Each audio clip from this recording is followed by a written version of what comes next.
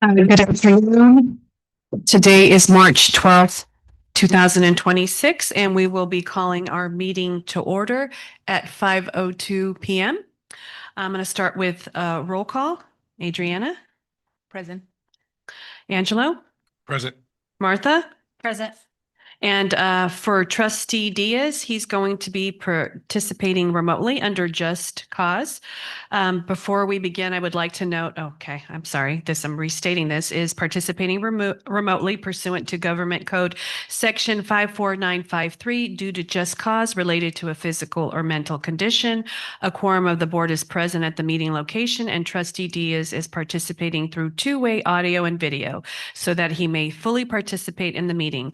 Trustee Diaz, please confirm whether any adults are present in the room with you and state their relationship to you as required under the Brown Act. Please. Rick? One person is in the house, but not in the room, over 18. She is my grandmother-in-law. Okay, thank you, Rick. Now we will allow for public comment on closed session. Is there anyone in the our office building that would like to make public comment? Please step up to the podium. Any public comment, please? Hi, Mr. Lim. Good afternoon to the board members and Dr. Matt Turkey. I'm incredibly nervous that I'm making this speech, so I would hope you would excuse me. Please just take a deep breath. You're among friends. My name is Mr. Brandon Lim, and I am a chemistry teacher here at North Monterey County High School, and I'm also the instructional leader of the science department. It has been my honor and privilege to serve at this district for the past 2 years. However, last Tuesday I was informed that I would not be re-elected for the next school year. I would firstly like to thank all of my colleagues and my students for advocating for my position by writing and reaching out to various board members. I am incredibly grateful to have such a supportive community during this difficult time. Thank you.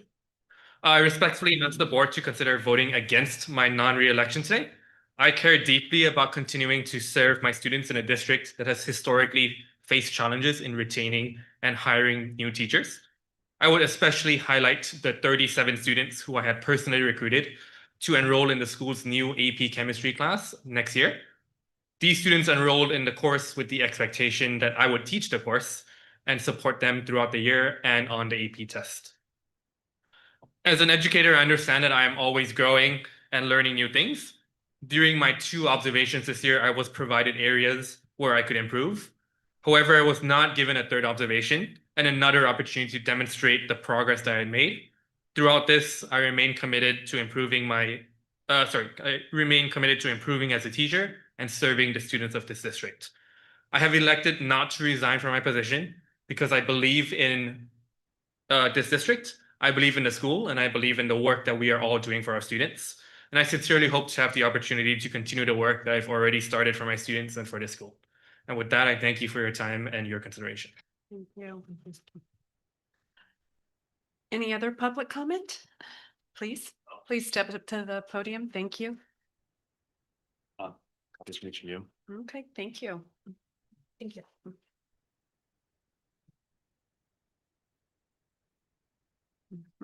Thank you. Thank you.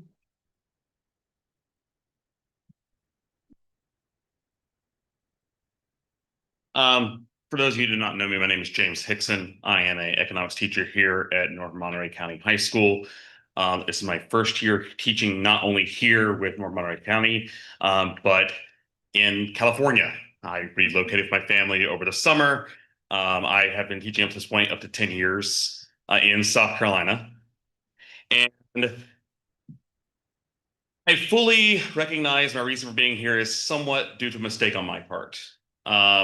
I understood when I agreed to employment with the district that completing my ELL certification would be a requirement for continued employment. However, due to a misunderstanding on my part, not in part of district communication me, but understanding my part, I failed to do so before the March 15th deadline. My intention was to take a summer class to satisfy the ELL requirement because of monetary issues. Basically, we got a too expensive apartment and we're going to move to a less expensive one, and I can afford a class that way.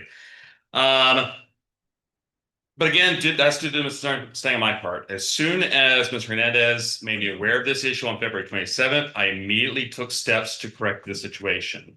I had that evening, after speaking with her, I went ahead and registered for the 3 CTEL exams. That's CTEL 1, CTEL 2, and CTEL 3 to be taken on May 9th, 2026 through online proctoring. Unfortunately, this is the first available window for those exams. If I had the early opportunity to do so, I would be doing so. And the results will not be available until June 4th, 2026.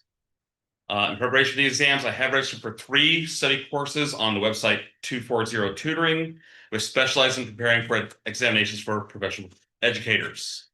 In the 10 days since, I have already completed a study guide for CTEL 1, scoring 60% on the diagnostic exam and 80% on the practice test, which closely mirrors the actual exam's multiple choice portion.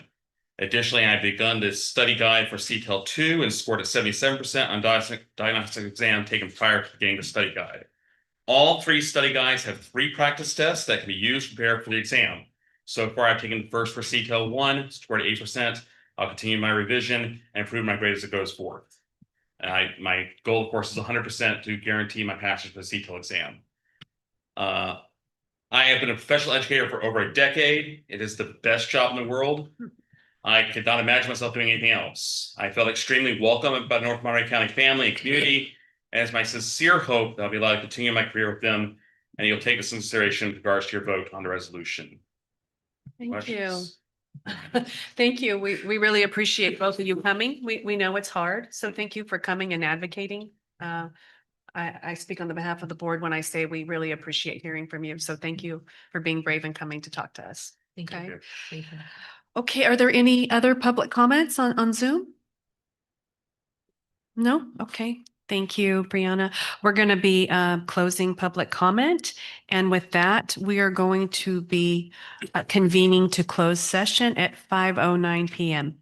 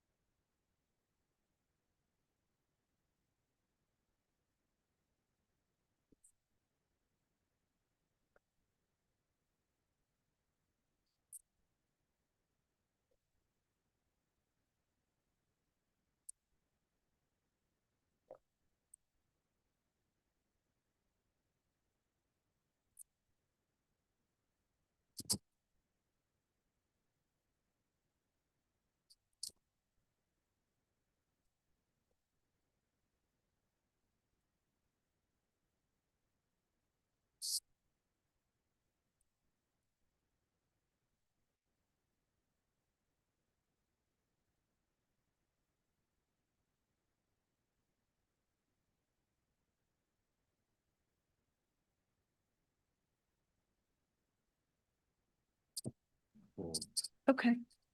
We'll do it right now when we go through it. Okay. Good evening, everyone. Thank you so much for being here. I'm going to call reconvene to open session at 6:06 p.m. The next item on our agenda is the flag salute. Please rise.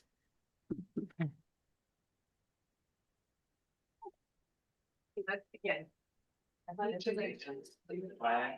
United States of America, and to the republic for which it stands, one nation, under God, indivisible, with liberty and justice for all. Thank you. Please be seated. Our next item is report of action taken in closed session. Let me find my sheet here. Okay. The board met in closed session regarding public employee employment matters pursuant to Government Code Section 54957. The board took the following reportable actions. First, the board adopted resolution number 252628, certificated non-reelects, authorizing the issuance of notices on non-reelection to 2 certificated employees for the 26-27 school year in accordance with California Education Code Section 44929-21. The action was taken by the following votes. We had 3 ayes, 2 noes, and 0 abstentions, so the motion carries. Second, the board adopted resolution number 252629, probationary certificated credentialed non-reelects, authorizing the issuance of notices of non-reelection to 9 probationary certificated employees for the 26-27 school year in accordance with California Education Code Section 44929-21. The action was taken by the following vote. 5 ayes, 0 noes, 0 abstentions. There was no other reportable action taken in closed session. Although I would like to note that we did have, oh, that wasn't in closed session. So no, I don't have to report that. Okay. Now we're going to be moving on to the next item, which is the adoption of the agenda. Are there any changes? This is for the agenda or the consent? It says adoption of the agenda. Yes. Are there changes? Yeah. Oh, yeah. Yeah. I don't have the, Oh, I'm sorry. So The agenda. you're making the request. yes. Our student to board member. pull a, Item Hmm. 4 of consent. oh, yes, item 4 of consent to the agenda. Okay. Item 4 is adopt resolution 2025-2630 preliminary certificated change of FTE. Yes. Okay. So we will be moving item 4 to the agenda as item 1 and moving all other items down, or we add it to the end? Does it matter? It is your choice as Okay, the. we will add it 1 since our board member asked for it to be pulled. Okay. Are there any other changes? Any other changes? Okay. Do I have a motion to approve the agenda as amended? I move to approve the agenda as amended. Okay. Is there a second? I second. Okay. All those in favor? Aye. Aye. Rick? Aye. Okay. So motion carries. Now we will go to our adoption of the consent. I invite a motion. I So- motion. for consent. Rick, do you second? Second. Okay, all those in favor? Aye. Hi. Okay, wonderful. Motion carries. Our next is recognition and presentations. So we would like to recognize Noemi Itzel Martinez Hernandez for winning the 2026 statewide art design. Is she here? Is Noemi here? Wonderful.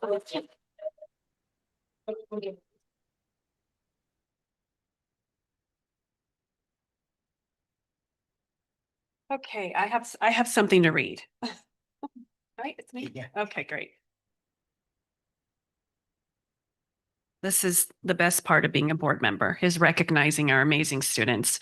Tonight, the Board of Trustees is proud to recognize Noemi Itzel Martinez Hernandez, a talented student from North Monterey County High School for an outstanding statewide achievement in the arts. Noemi earned first place in the Student Art and Logo Design Contest for the 43rd State Migrant Parent Conference organized by the California Department of Education's Migrant Education Program. Each year, students from across California are invited to design the official conference logo that represents the annual theme. The theme for 2026 conference was "The Migrant's Legacy Shines Through, Felt in Every Story, Shared with Every Step." Students were asked to create original artwork that visually captured the experiences, stories, and legacy of migrant families. The design also had to function as a logo, clearly communicating the theme through visual storytelling. Winning first place means that Noemi's artwork was judged to be the strongest representation of the theme among all entries submitted statewide. Her design stood out for its creativity, artistic quality, and powerful interpretation of the strength and legacy of migrant communities. So I think that's pretty wonderful. I'd also like to invite Ms. Teresa Rodriguez to share a few words about Noemi. Please step up to the podium. Thank you. Good evening. It is truly an honor to say a few words about Noemi. As her educational advocate in the migrant program, I had the privilege of recruiting her and witness her journey. Naomi is not only incredibly talented, but she's also humble, she's kind, and very thoughtful. These are the true values that define her character, and I hope that she continues to carry these forward in everything that she does. I am very proud of representing our migrant. I am very proud of her for representing our migrant community, our parents, and the many sacrifices and struggles that they endure. Through her art, she has shared a powerful story that reflects the strength, legacy of our migrant families. Naomi, I want you to know that you have a community that believes on you, and that we will continue to support you in your dreams and whatever you need to accomplish. Congratulations, and I'm really proud of you. Yay.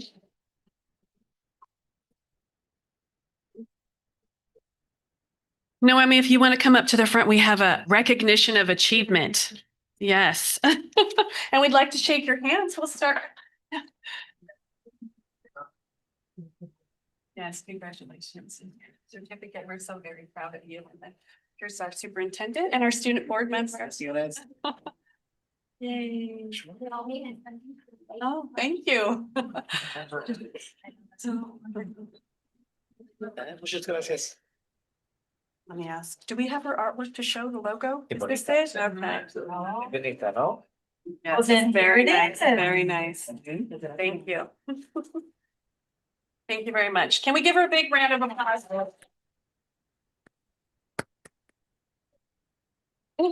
Please, if you have something to say, yeah? Yeah, we have an interpreter, or you can speak however you feel the most comfortable. Pues solo quería decirles que muchas gracias por el reconocimiento y estoy agradecida de que mi arte pueda representar una historia real y esfuerzo. Muchas gracias. Yes.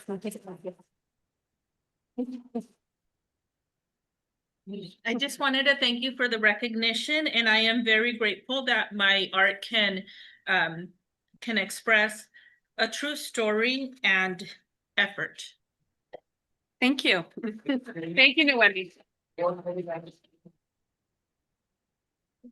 Yeah, yeah. Oh, a photograph. Oh, okay, with us. Okay. Sure, of course. Of course, let's do it. Let's bring her up to the front. Do we need to go over there? Let's go right here. Okay. Should I? Right here. Yeah, we'll be in this picture. Is there a camera? No. So we just slow down too much. Okay. Sorry. Sorry. Maybe we should turn the other way so we can get everybody in the audience. What do you guys think? Oh, we're all here. Let's go. Takes a village, guys. Okay. Takes a village. Let's, yeah. There you go. Takes a village.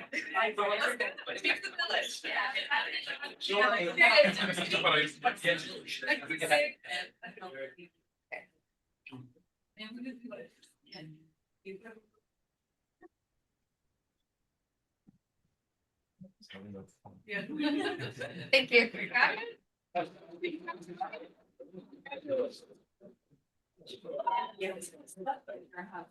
Okay.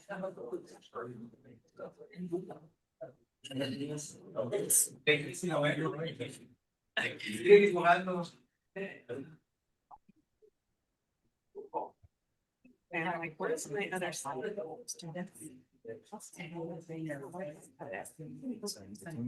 Oh, goodness. Let's start in a panic. Yeah. Okay, thank you. Oh, I need to get organized. Look good. Look good. Yeah. Okay. Okay. How exciting. So very proud of our students.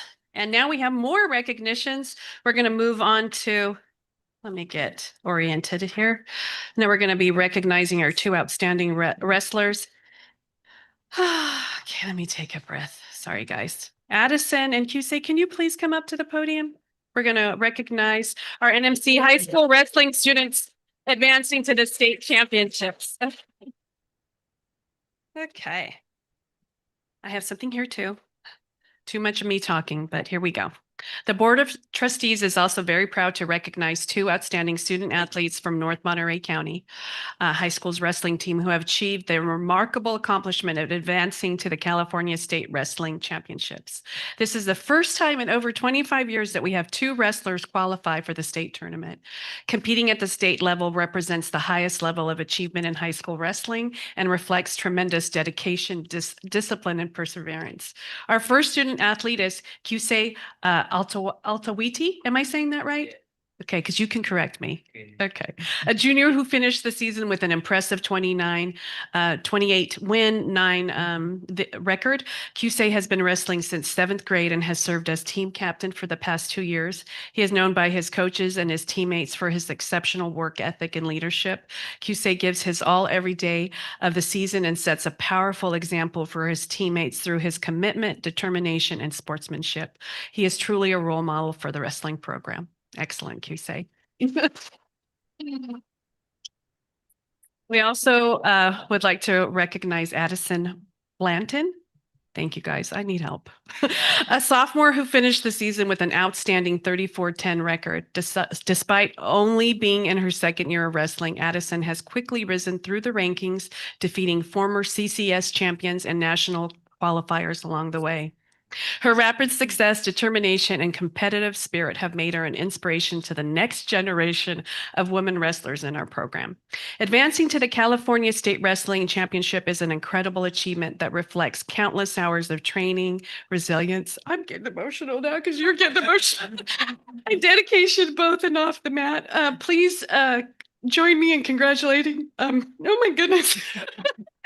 Okay, Cusay and Addison for their outstanding accomplishments and for representing North Monterey County High School in our district with pride. Yes.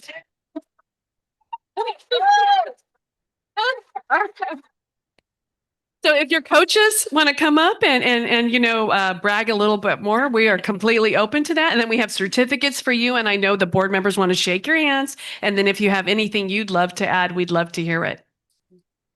Yeah, just Coach Tony, head coach for the team. I just want to say it was an absolute pleasure to have both of these two wrestlers on my team. To see them grow throughout this season and the last season and see how they've grown as a wrestler and where they are now. All their sacrifice, determination. You can really see it when they're on the mat. So it's been a real pleasure of having them on my team. Yay. Just going to echo that. So Tony said it all. Thank you, everybody, for. Thank you. I want to thank you as coaches too, because I know it's a big sacrifice to be a coach. So thank you for working with our students. And then finally to our students, you guys want to come up and receive your certificates. And then if you have something to say, we'd love to hear it.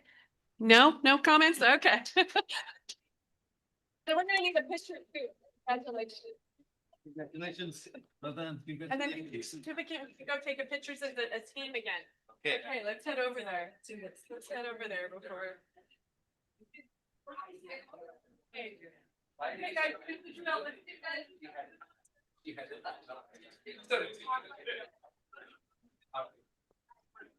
That's right. Okay, let's get in the middle. Let's do it. Guys. Okay. Yeah. Get you in front. Count us down. Okay, we're ready? Everybody squeeze in. Okay. Okay, 1, 2, 3. 1, 2, 3. Okay, 2 photos. Nice. Okay.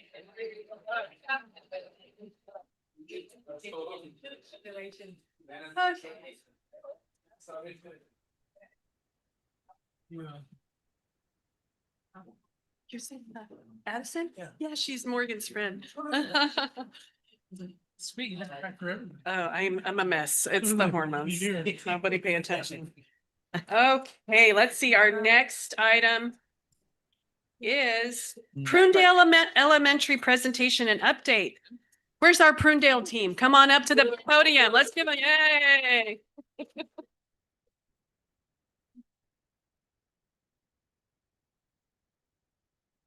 Hi, welcome. Thank you. Thank you. Good evening, Board President Reese, Superintendent Turkey, Board Trustees. I'm Araceli Mendez, Principal at Prunedale, and I have a team here that's delighted to share with you an update as to the things that we have been doing since the last time we were here. Next slide. Do I have a clicker? Reed, does she have a Just clicker? to the right of you. On the If bottom. can- Thank you. maybe Underneath, Araceli? I've got Just it. to your right. Oh, okay. Thank It's you. like hiding. Yeah. So just I'll take a few seconds to go over the big picture of our school as a reminder. We are the highest enrolled elementary in our district. We continue to grow, so it's a good problem to have. Currently we have 2 TK classes, 4 kinder classes. We are one of 2 elementaries that have an inclusion program that runs K through 2nd grade. And this year we opened our second special day class, right? Creating a pathway for special day students in TK through 3rd grade so far. And we have 84 amazing staff members. And one of the things that's important to highlight for Prunedale is that over the years, as you know, being in the community, our demographics have really shifted, right? And so you can see that we are at 58% of our learners being multilingual learners. And, oh, that didn't update. This year we reclassified 47 students, and we also serve a large, a large number of families who are Mixteco speaking. We are learning that that's not always necessarily reflected in our student information system. And so we're finding through meeting with parents for attendance meetings or student study teams that Mixteco is their primary language. So we're, cleaning up our data as we go. And so we're gonna begin with giving you an update on LCAP Goal 1. And I'm happy to share, right, the growth that we've had from the fall to the winter. So I'm just gonna focus your attention to the triangles that you see on there. And one of the things to highlight, this is for reading. And so our reading data, we can see that we have decreased by almost 50% the number of students at risk. So in that red, right, going from 49 to 28%. So 28, can't see that good. Sorry.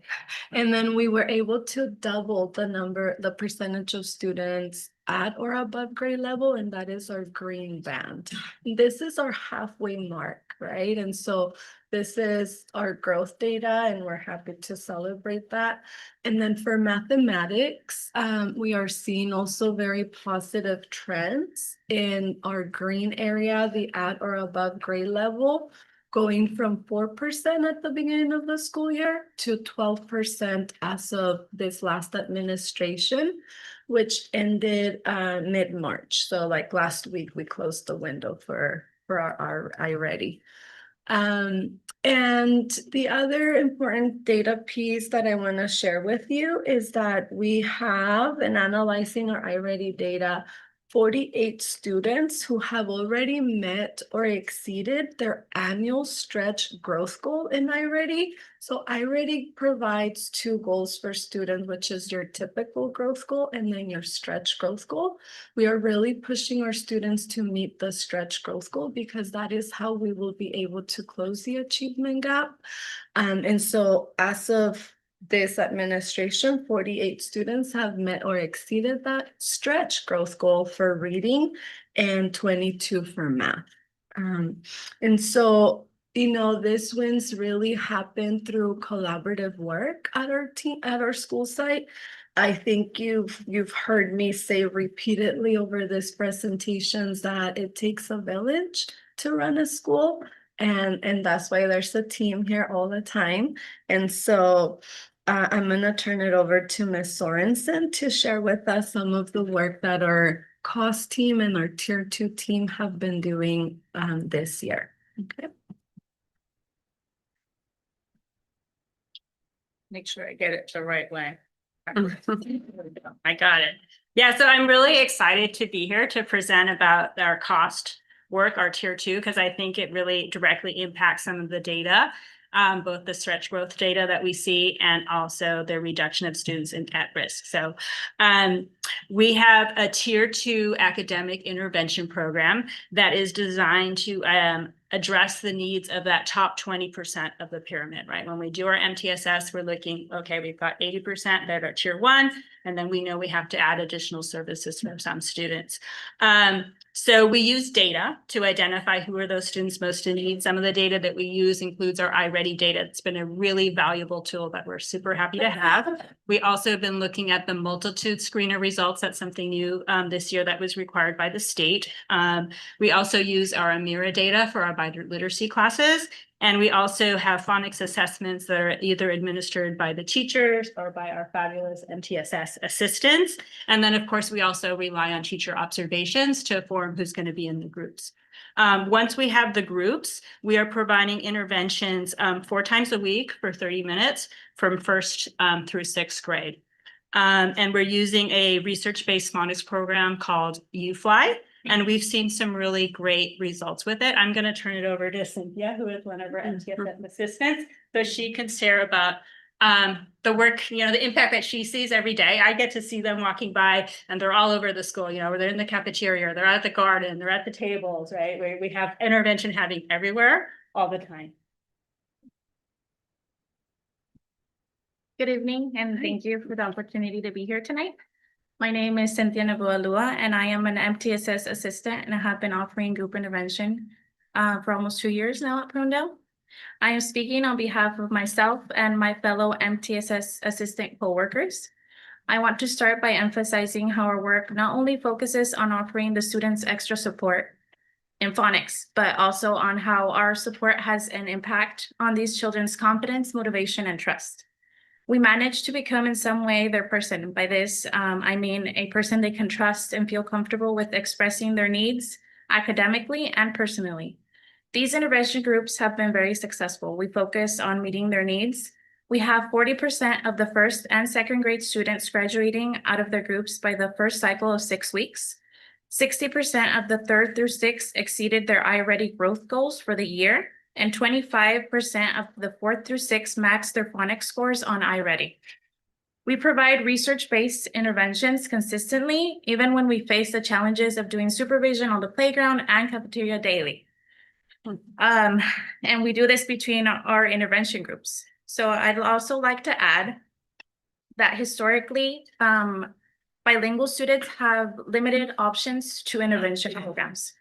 We really need to focus on our bilingual students, and there has been no specific program for many years. I had the opportunity recently with two of our bilingual teachers and our teacher on special assignment to visit CABE, the California Association for Bilingual Education, that was held in San Francisco. They offered great information and ideas on what can be helpful for these students. Myself and coworkers are trained, willing to receive more training, and bilingual as well.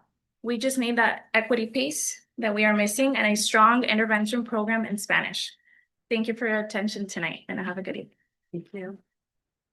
Thank you, Cynthia, for all your work. And I think she captured it really well, like the relationship piece, right? The impact on the data. And I appreciate her advocacy on behalf of our literacy students. We did just meet with our literacy team to start looking at intervention options, and they were excited to go to CABE to really dig deeper. So I want to move to the next part. This is something that we talked about as being in the works when we had our last presentation. And as I was reflecting and putting this presentation together, I was like, oh, this is exciting. We could move this over, like we're really doing this now. And that is our work with MTSS plans. So over the summer, a team that I think Katie was a big part of, right, was developing in Synergy our MTSS plan module.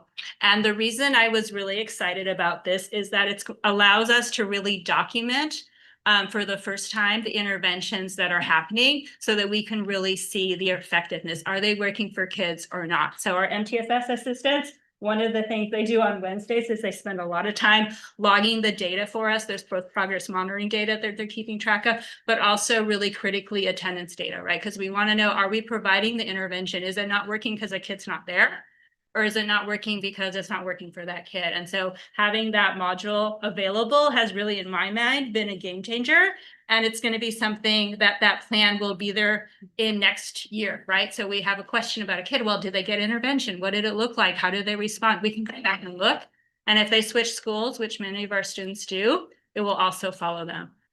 So that has been something that I think has been really important, and it's really fed into the success of our SST process. So our SRTs are our student success teams, and we're doing them twice a month this year. And the SST is an opportunity to look at those students for whom we need to start considering tier 3 services, right? So the tier 1 services plus the tier 2 services are not enough. They're still struggling, right? So what are we going to do? So we bring in a team of experts, including, really importantly, the parents, because the parents have so much background information and really know their students. Also, our MTSS TOSAs are part of that, the classroom teacher, Teresa, our school psychologist, is an important part, and any other experts we have to address the need of the student. And we build that plan. What is that action plan? What are we going to do differently for the student to see if we can change the outcomes that we're getting?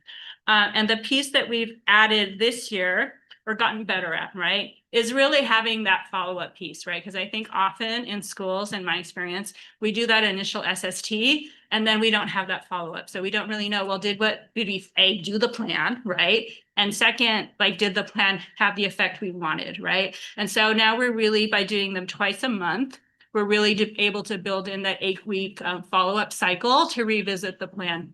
Too fast. Thank you. Thank you. I'm excited, I guess. So then we can really monitor the impact. And from those follow-up meetings, we often refer over to our special ed team, and Teresa is our conduit for that information. And she's able to take a data file that our MTSS TOSAs and teachers have put together that really portrays what we've done, what the response has been. And then they can make a recommendation for us. Do we think that there's something else we can do that they know about in this special ed world that we haven't tried yet? Or, is it time to consider an evaluation for this student? So again, we're just excited that we are able to have this process solidly in place, and appreciate all of that. So I'm going to go on to LCAP goal 2. Okay. There we go.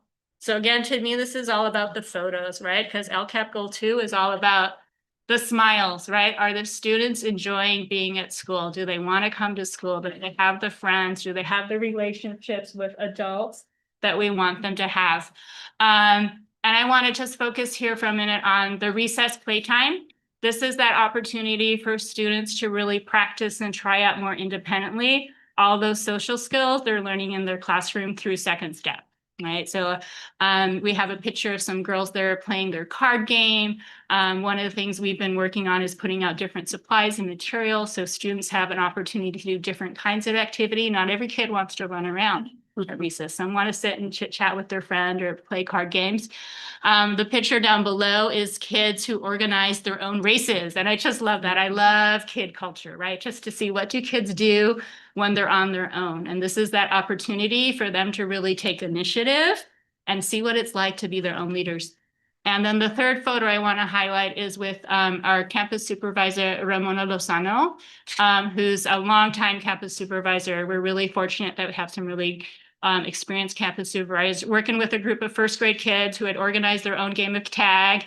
And she noticed that there were like some little problems developing. And so she pulled them over in a really very kid-centered way. She was working with them like, well, what's the game? What's the rules, right? And sort of coaching them through being able to play in a safe way. So those are some things that really bring a smile to my face when I'm out there on the yard observing what's going on. And I'm going to turn it over to Teresa Milan, our school psychologist, to talk about the Tier 2 work in this area. In the fall, I was able to share with you all some updates to our social emotional learning small groups that we're doing at Prunedale. And at the time, I shared that we were using the Second Step curriculum, which our teachers use throughout the classrooms at that Tier 1 level. But there are some focused intervention groups and curriculum for Tier 2 groups that are small group, about sometimes 2 to 5 students in a group with either myself as the school psychologist, our behavior technician on campus, or the mental health therapist on campus. And we've been able to also implement small groups during nest time. So after school, when that academic demand is kind of taken off the students and they can have more time to reflect, talk, and work through the small group curriculum. We have facilitated small groups across multiple grade levels, and we are working on updated tracking of the number of students that we've serviced this year. But we are nearing about 100 of our Pelicans who have been part of our small groups, working on different types of skills, ranging from emotions, thoughts, and feelings, developing pro-social skills, strengthening their self-awareness, even working on executive functioning skills, and then practicing healthy coping strategies. And so, like Sophia said, it's about like 15% of our students who are benefiting from those groups at this time and growing, which is really exciting. One of my personal highlights that I've loved to share with people is that we have students who are super enthusiastic about these groups and really appreciate having that time set aside in their school day or nest day to talk about either situations that are happening in their lives currently, have happened in the past, or like happening that school day. And students will approach me and say, when is group? I need to talk. I have something to talk about. Like, when are we going to have group? And it's wonderful that they're like holding on to those experiences and know that there's a safe place to talk about them with trusted peers and a trusted adult. So that's one of my biggest highlights. But I do want to share some challenges. Consistency in scheduling groups has been difficult for myself and my team members. We schedule groups, but they don't always happen, right? Things happen throughout the school day. I get pulled for something else, a different situation arises. And that's really impacted our capacity for the amount of students that we'd like to serve, that the data is showing that we should be serving. And, we're using that school-wide data to identify students, as well as taking parent referrals, teacher referrals. But we plan to continue to invite students to participate in these groups as the school year progresses. And so these Tier 2 groups are just a really important part of these school days to work on those social and emotional skills that are useful both in and out of the classroom and outside of their school day. Thank you.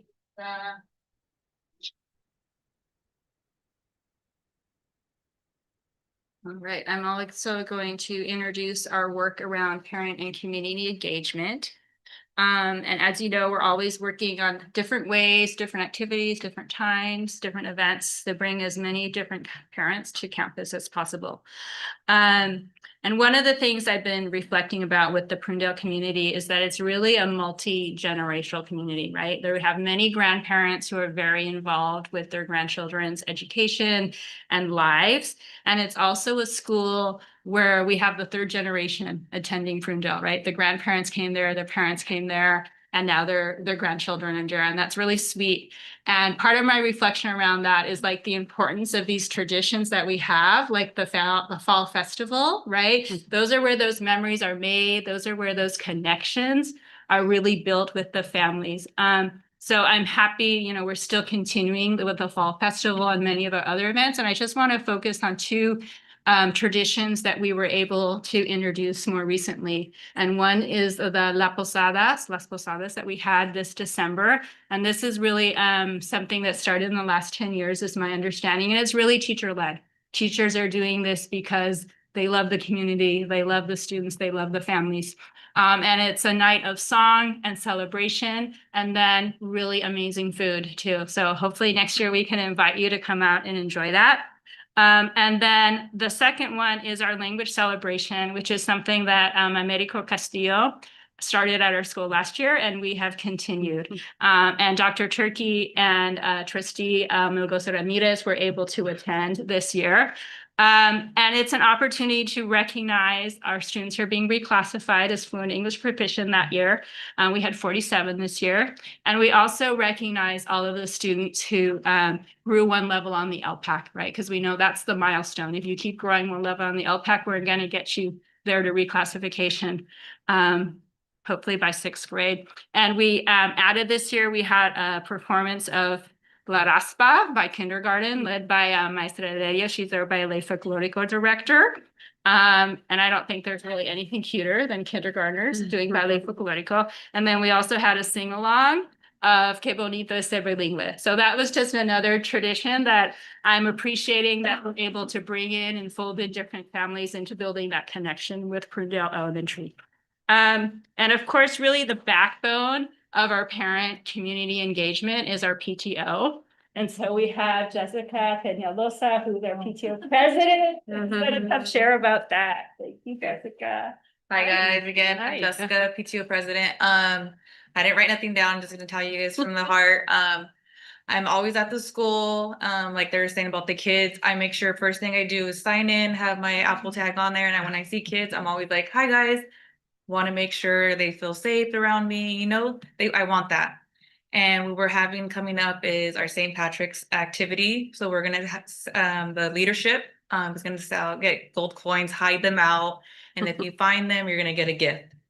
And then on March 20th, we have our dance, our family dance. So you guys are more than welcome to come.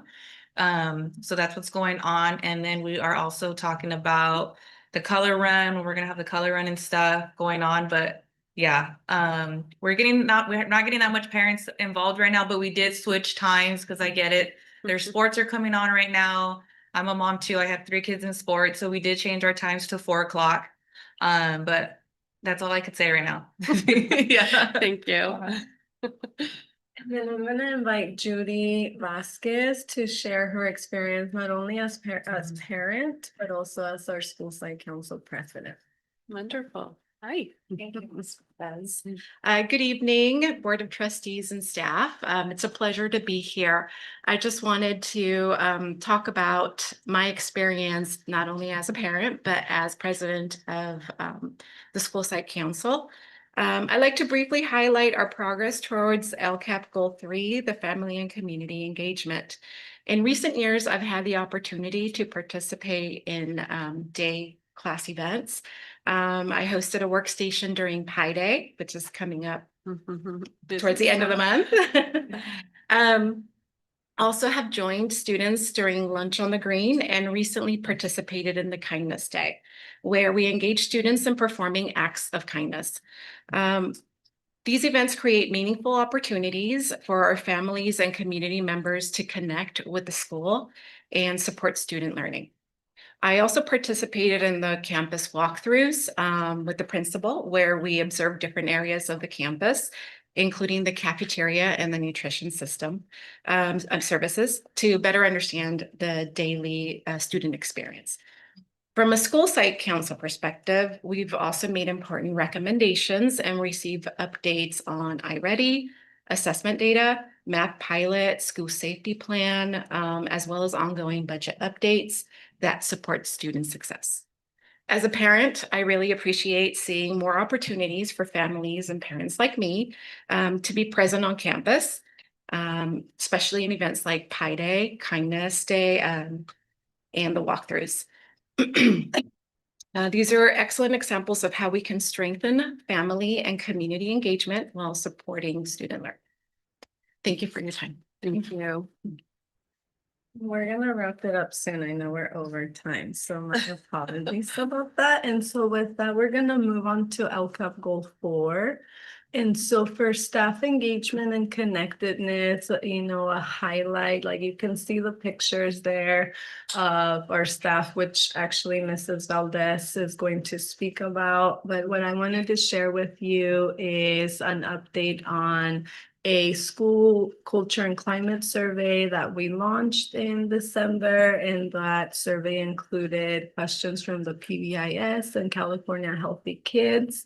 And that was a collaborative work with our Tier 1 team. And so we have the results, we've analyzed them, and the Tier 1 team, we've identified one area to focus on, right? We can't do it all. So what is the one thing we're going to tackle? And as a team, we've decided that we're going to dig deeper into what makes staff feel valued at school, right? And so we have 3 new questions that currently staff members are answering. And so once that survey closes in the next week or so, we will review the results with the Tier 1 and then identify actions that we will implement as a school community. And then send out those survey questions again in late spring and see if we move the needle or not. And so then go through that continuous improvement process. But one of the things that has been new this year to support LCAP Goal 4 are our staff-led committees. So we have 8 committees that, based on feedback from last year in terms of like, oh, we used to do this, we want to see this, like we came up with 8 big areas for committee work to be done this year. And Mrs. Valdez will give us an update. She's part of the staff activities committee, but also a Tier 1 team member. So she'll share her experience and then we'll wrap it up. Thank you. My little speech activity I was doing with my students. Thank you for having me tonight. I teach 6th grade at Prunedale Elementary School. I've been at Prunedale for about 15 years. And I think that we have been successful at LCAP number 4. Being a part of the Tier 1 team this school year has provided me clarity as an educator. And I think that our Prunedale team, Tier 1 team, is composed of role model educators that I've looked up to since I started working at Prunedale. So I love to be a part of that team and work alongside them. I also believe that our administrators work really well together as a team. And from my experience at Prunedale Elementary School, the best team of administrators at our site since I've been there. Let's see, where am I? I feel that our team is also very solution oriented. When we meet, we look at our plan and we go through and we figure out how we're going to address every single item on that agenda. As far as the PDSA cycle goes, I feel like it's been a rewarding experience. It's really had me dig deep as an educator, and it forces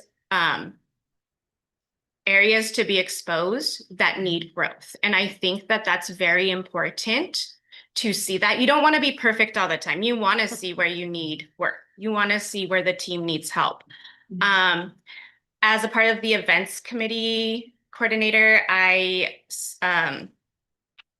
hosted the staff party, the holiday staff party. It's been a tradition since I've worked at the school, and It was a night to remember. We laughed, we played games, we ate together.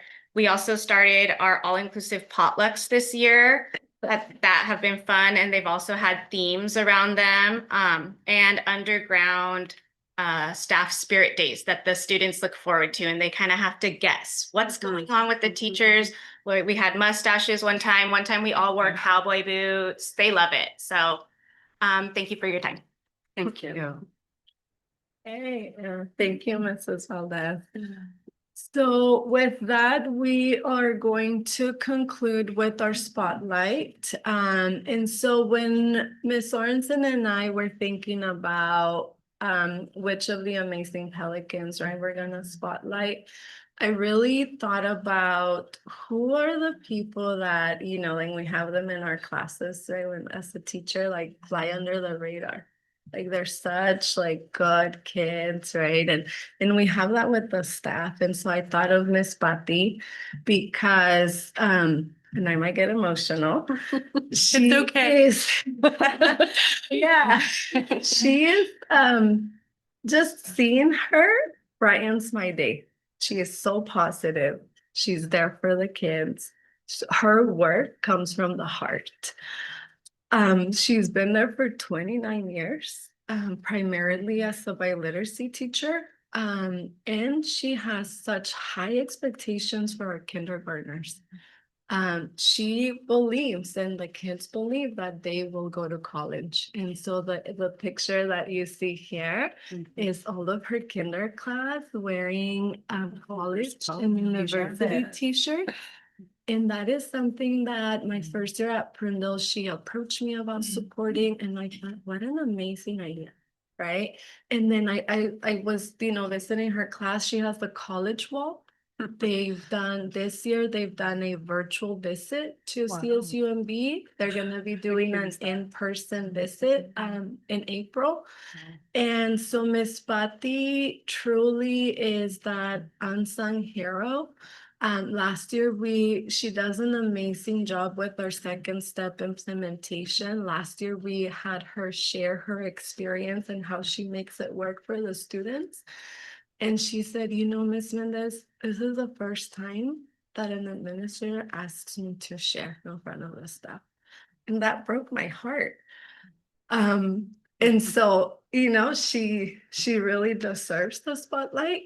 And she is, again, like no words can say what an unbelievable educator she is. So I work so very proud. All right. And our second unsung hero is Maria Martinez, who is our MTSS assistant for TK with Mr. Richardson. And again, one of those people who's just there all the time, kind, helping out, kind with kids, kind with adults, just so steady, right? And one of the things she does for our school, she's also part of our parent pickup team, right? So she is the person who knows all of the cars and all of the parents who go with that car and all the kids who go with that car. She's been doing it for a couple of years. So, you know, she knows what order the cars come in. So she's just a really integral part of our community, and what amazing start for so many students to get to have her there with Mr. Richardson helping teach. Yeah, someone who, you know, is just always thinking about the best of the child and the best of the school and how she can contribute. So really, really appreciate Maria and really proud to be able to spotlight her today. Yeah. Thank you. That concludes our presentation. Well, thank you. It's always wonderful to hear from one of our schools, and we appreciate all the time and preparation you took to come and let us know what's happening. Right now, I'm going to open it up for public comment. Is there anybody who'd like to make a public comment on the presentation? Okay, seeing no one in the room. Is there anybody on Zoom? Okay.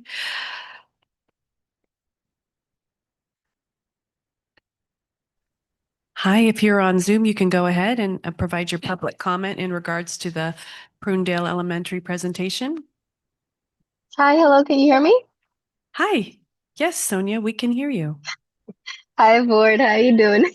Good, how are you? I'm doing all right.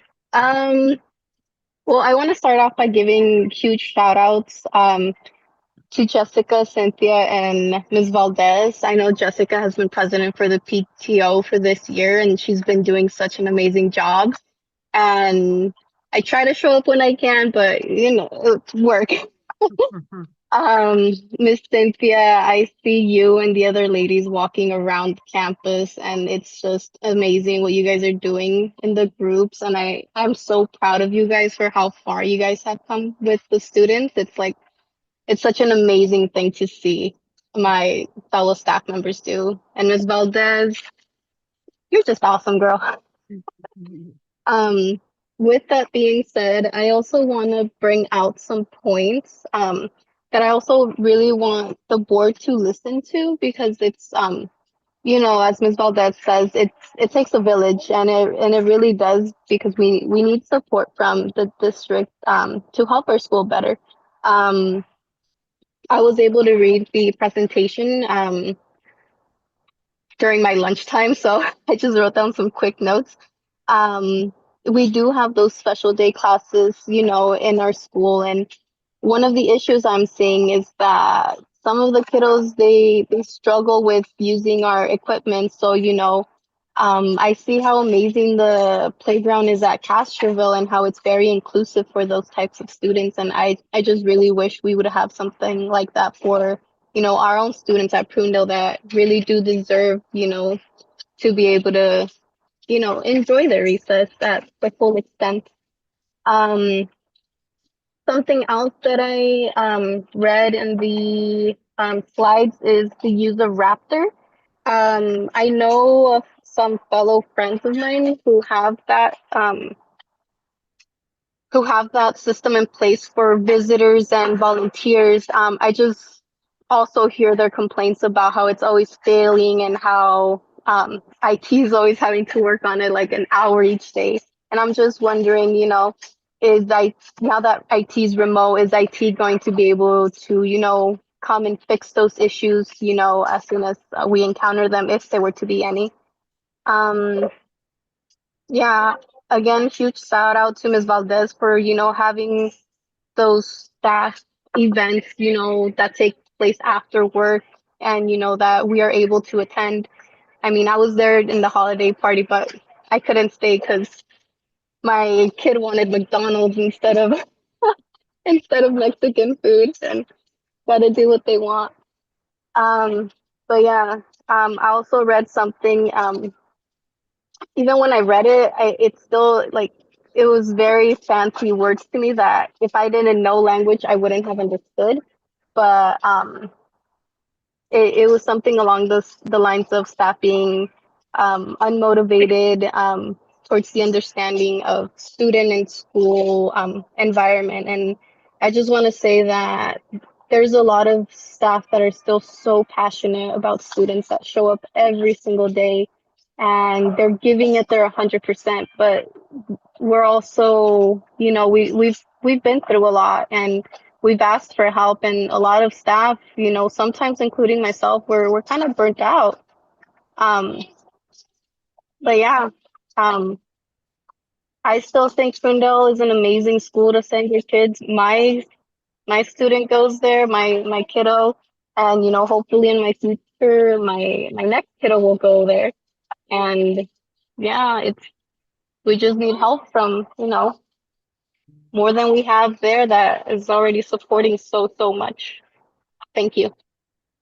Thank you, Sonia, for your public comment. We appreciate it. Is there any other public comments, Bree? No? Okay. At this time, we're going to go ahead and close public comments and go to board members for comments. And I'm going to start with you, Rick. Thank you. Ay, hablé mucho. Okay. I appreciate that. No, ¿cómo que tú? Okay, she muted. You're ready now. Yeah. Thank you, Miss Mendez, Miss Sorensen. Thank you for the presentation. Really great. I'm proud to have my kids go there, and the pointing out all the LCAP goals and everything was great information for the district. The Jessica, like she said, she's always there, always helping. Um, more than I've seen at the other schools that I've had kids at, um, and had the same roles as her. So kudos always to her, and I've helped volunteer, whenever asked for Santa's workshop gifts or the fall festival or anything, just take me up on it. And shout out to Miss Valdez. I saw the great time they had at science camp. I'm glad we have it, and I'm glad that they had a chance to go with another school. I'm pretty sure. Shout out to Ms. Diaz, my sister. She's uh, lifeblood over there, and helps out with so much stuff, and contributed a lot to this, and uh, has a just so much uh, uh, stuff that she does for the school and for the kiddos, um, and I'm just proud that my kids go there. They've had such good teachers, and there's things that go on that are out of the faculty's hands. It's like floods or outbreaks. That's out of your guys' hands. But so the things that are in, um, you know kudos to everyone there, and the staff, and all you guys work hard. Lead committees, that was new, right? Is Yeah. that something that, I think, staff-led committees, right? Is that what you're doing, Ms. Velasquez? Staff event, yeah. Staff event. Yeah, we have 8 different committees. One of them is staff events. So Mrs. Valdez is part of that. We have a campus beautification, literacy committee, the fall festival committee. So for big events that the staff felt. I love that. Yeah. Because talk about building that culture. Right? And that's probably why you guys work so well, and comments are being made on how much they love being there, because they can feel that unity. So that speaks volumes, right? To already have that type of, committees. I think that's great. That brings everybody together. And then, of course, I was really excited to see Cynthia, you were at GABE. And as a GABE board member, I was excited to see all the participation from, our North Monterey County. But you were right on, right? The need, with our demographics for EDL students.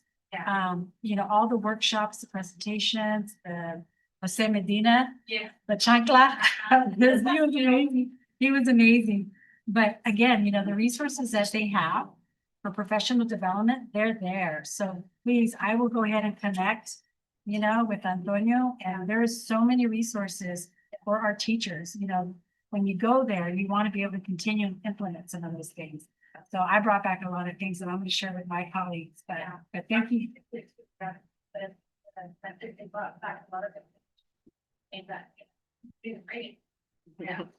Thank you for sharing that. Thank you, everybody. Thank you. Thanks, Martha. Angela? No, I'm gonna have to apologize. I'm from the 90s. We didn't have ADHD. I had ADD. And that is really distracting me. So that threw me off. I appreciate. Yeah, it's just that's just really. Is that what that is? Oh, the air conditioner? Can we have a marching band in here? while- It's kind of stuffy, wasn't it? Or, Yeah, okay. no, nothing like that. Okay, that's perfect. Yeah. Okay. I find it very distracting. Seriously, I love having the elementary school stuff there. Honestly, because of where our board meetings are located, tend to have firsthand knowledge of the high school board, also the middle school. So this is a big delight to have our elementary schools show up, because let's be honest, we're spread out. A lot of times we're doing stuff around the district office, and we don't always get to see all the great stuff that's going on. So these presentations are really important to bridge the gap between the board and what's going on. Having staff committees is a great way to get buy-in from your teachers. That it's more than just showing up to work. It's more than just your individual silo of your classroom. It's like we're all in it together. We're all a team. And I think you're the first ones I've heard doing that in our district. So That's a great improvement for the district to look at. That's what is that LCAP goal for the joy to work? Yeah. So. Can I add, you said that our classified members are invited to be part of that too. yeah. That's another way to try and bring classified and certificated together to work on common projects. Yeah, because I said, we're on the same team, kids first. Yeah. We don't have to fight, we don't have to argue, and it sucks because we should all know better as adults. You see the adults don't always act. It's a shame that we ask our kids to behave in a way in which we adults are not showing always the best role models, but the way to get back on track is by bringing us all together. I'm very excited, maybe do a site visit soon to see more of your staff committees and process, because I really want to see how you got buy-in. Yeah. Because that's the best way to move the needle forward is that everybody buy-in from every staff member there. So thank you for bringing that and explaining how you guys are doing. Thank you. Thanks, Angelo. Adriana? I actually have a question.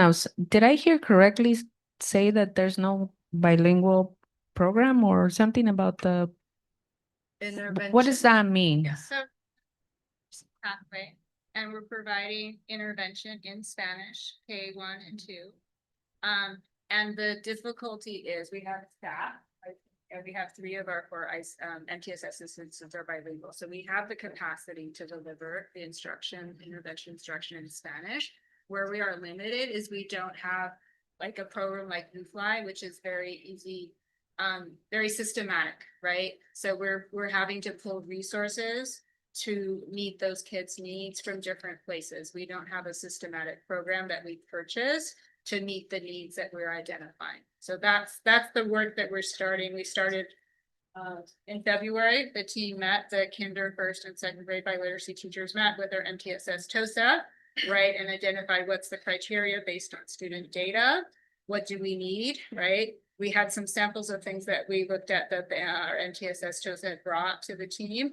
And then the team went, not everybody, but some of the teachers went to CABE to shop like more concretely and look at. So we're going to reconvene now that they've been at CABE to see what they might recommend. So it's that nothing has been recommended and there's going to be some recommendation, because why is it that, do we have it in other schools or is just Prunedale that we don't have this support?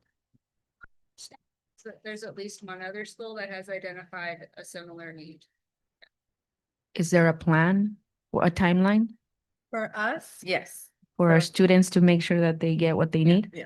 So now that What is the the timeline? team went to CABE, so that they're gonna reconvene. I think we said before we go on spring break, right? So that then they can identify which program would they like to use. And then we'll move forward with the purchase of that and then training will be needed. And then kind of the vehicle, right, would be for that, the MTSS collaborative that the MTSS TOSAs attend, right, with the other TOSAs from other schools. So that's kind of a place where they can share, this is what we're doing, this is what's going on, to kind of spread. Okay, I would like a follow-up as soon as it's, because it doesn't sound, at least to me, it doesn't sound right that our students and our teachers and our staff don't have what they need to address needs and address. It was really good. No, they cut me off. Why are they like, cut her off? And the other thing, I thank you for explaining that the demographics have changed. Within I got the opportunity to go to the language event, and it was really great to see that not only are you actually acknowledging students who are passing or who are being reclassified, but you are acknowledging those who are making progress. We often forget that progress is also something to celebrate for our students. And so seeing that you also were acknowledging them and seeing their faces and the faces of the parents of like probably one or a few certificates that they were getting, it was just amazing to see like the joy, especially of the parents. The parents were more joyful than the students. The students were like here. But seeing that of being able to see the progress, I think that motivates our students to say, you're getting there, you're going there. So that was really cool to see and really awesome to be able to experience that. It wasn't just about always our top tier students or successful students. It was those students who are making progress and continuing to figure it out and slowly So I really liked that event, and everything you're doing, it's great. I got the opportunity to be on campus, and it's awesome to see all the different tactics that you're taking on to be able to meet all our LCAP goals, and also be is for our students and for our families and for our staff as well. Thank you so much. Thank you, Adriana. Yeah, it was going in and out. Yeah, they probably don't like me. Shut her down, Bree. Shut her down. No, I'm just kidding. Well, thank you very much. I'm not going to cut my comments short because we have our next presentation, and the gentleman that's doing the presentation is short on time. But I do want to thank you for all your efforts. You guys are an amazing team. You're showing up for our kids.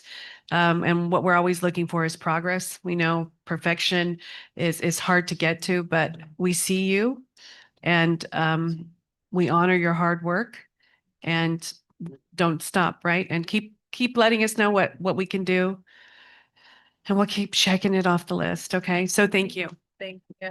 Thank you. Okay, next we're going to be moving on to our bond measure survey presentation, and we'll be joined by Zoom. Yeah, and the gentleman's name, Matt? Tim? Okay, Tim with True North, not Blue North, Blue Slide. True North will be giving us an overview of the bond feasibility survey. I am. Good Hi, evening, Tim. Welcome. Madam President. So you've got me. Okay, wonderful. Thank you. Good evening. Thank you for having me here tonight. I'm Dr. Tim McClarney. I'm president of True North Research. We are a firm that for the last 25 years has specialized in working with school districts and other types of public agencies around the state in using surveys to help them develop a statistically reliable understanding of the communities and the customers that they serve. To date, we've worked on over 1,500 research studies, and more than 500 of those studies are what we call revenue measure feasibility studies, of which a bond feasibility study is a type, where the goal is to understand if it's feasible to move forward with a bond measure, and if it is feasible, how might you go about structuring that measure in a way that it's consistent with the type of measure that your community is interested in supporting. Happy to say that we've helped our clients have a lot of success in this area. When we've done our studies and based on the research recommended that they go to ballot, 93% of the measures that we've recommended go to ballot were ultimately voter approved. We've helped public agencies raise about $42 billion. Tim, I'm sorry to stop you, but would you mind slowing down a little bit for our interpretation services? Just a slight bit, please. Okay. And can everybody hear okay? Yeah? Okay, in the audience. Okay. Please proceed, Tim. Sorry. Thank you. Sure. And so we've helped our clients raise about $42 billion in voter approved measures around the state. And I mention this for context because as I go through tonight's presentation, I may make reference to how the results that we're seeing here in your community compare to what we might normally see around the state. And I just want you to have a sense from the experience base from which I'd be speaking.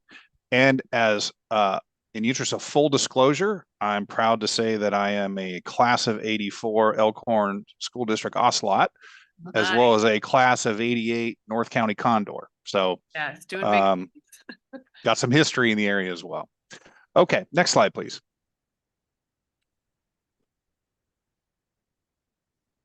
So before we jump into the results, helpful just to take a quick moment to review the purpose of the study as well as the methodology.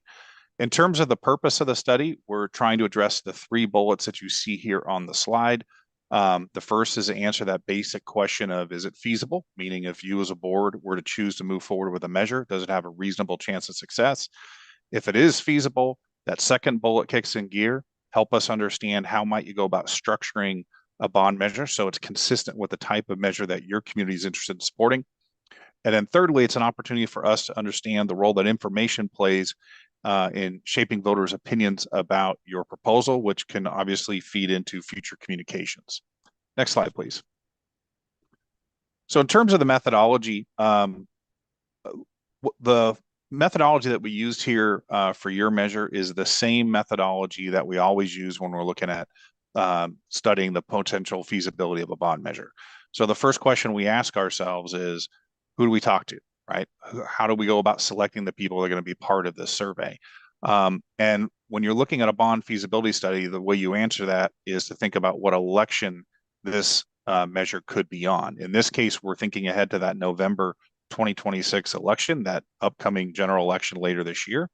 And we use a process called stratified and clustered random sampling to choose a sample of likely November voters for our survey that aligns and matches the profile of that total universe of likely November voters.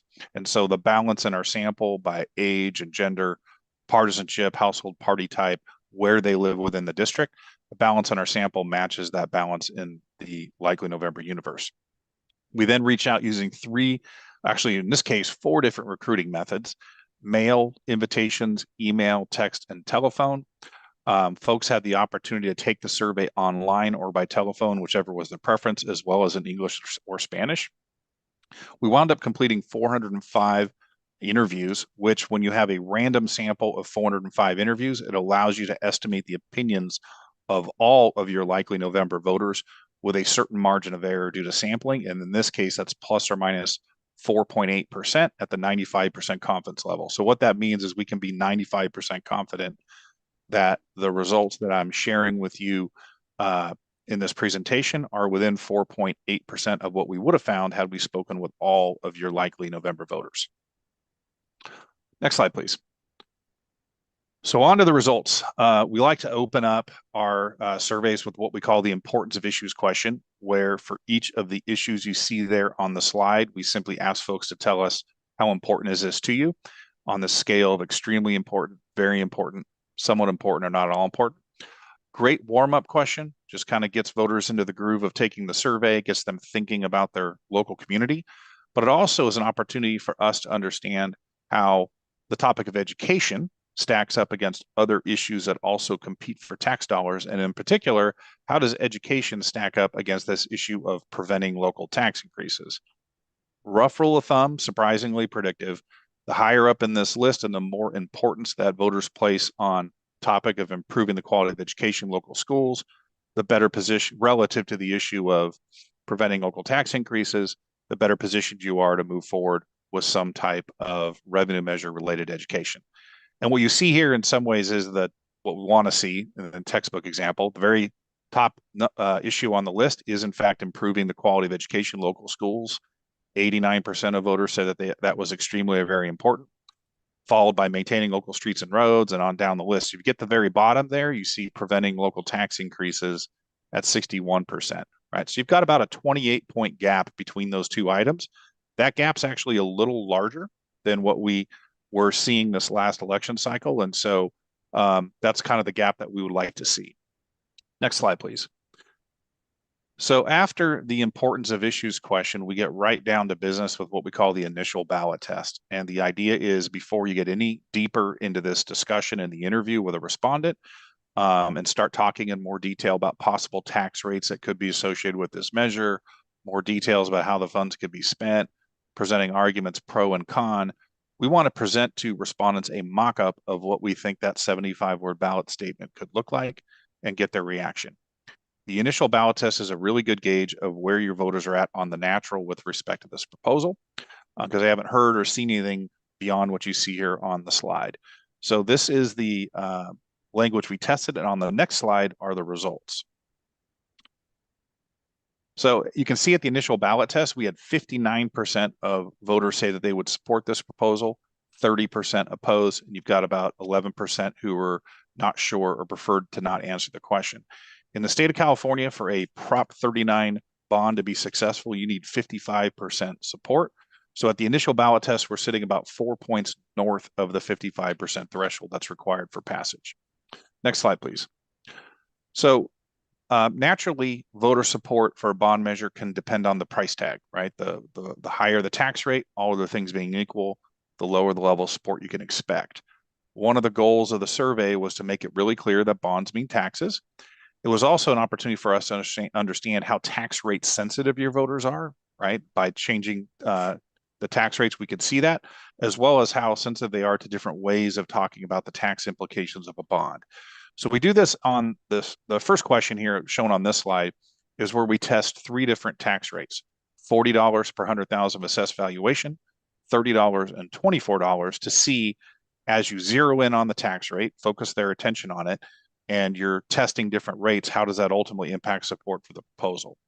You can see here that we do see, anytime you kind of pluck the price tag off something, set it aside, and focus voters' attention on it, you get a bit of a chilling effect on support for the proposal. So at that initial ballot test, where that $40 per 100,000 assessed valuation tax rate was built into the 75-word ballot statement, we had 59% support. When you pluck that price tag out and focus voters' attention on it, support drops to 49%. Then as you lower the tax rate from there to 30 to 24, you can see the support start building back up, such that at $24 per 100,000 assessed, we had 54% support. Now, we know that this slide in particular, and the question that is underlying it, it tends to be a bit of a conservative read on voter support for a bond measure for a couple of reasons. One, we are sort of putting the blinders on a respondent and focusing their attention on the price tag in an artificial way. That tends to have a bit of a chilling effect. The other reason is because when you talk about the tax implications of a bond in terms of a rate per 100,000 of assessed valuation, not everybody knows what you're talking about, right? You have to know what AV is. You have to have an estimate of the AV for your property. You've got to be able to do math pretty quickly in the space of a poll to turn that into a meaningful number. Not everybody is good at doing that, understandably.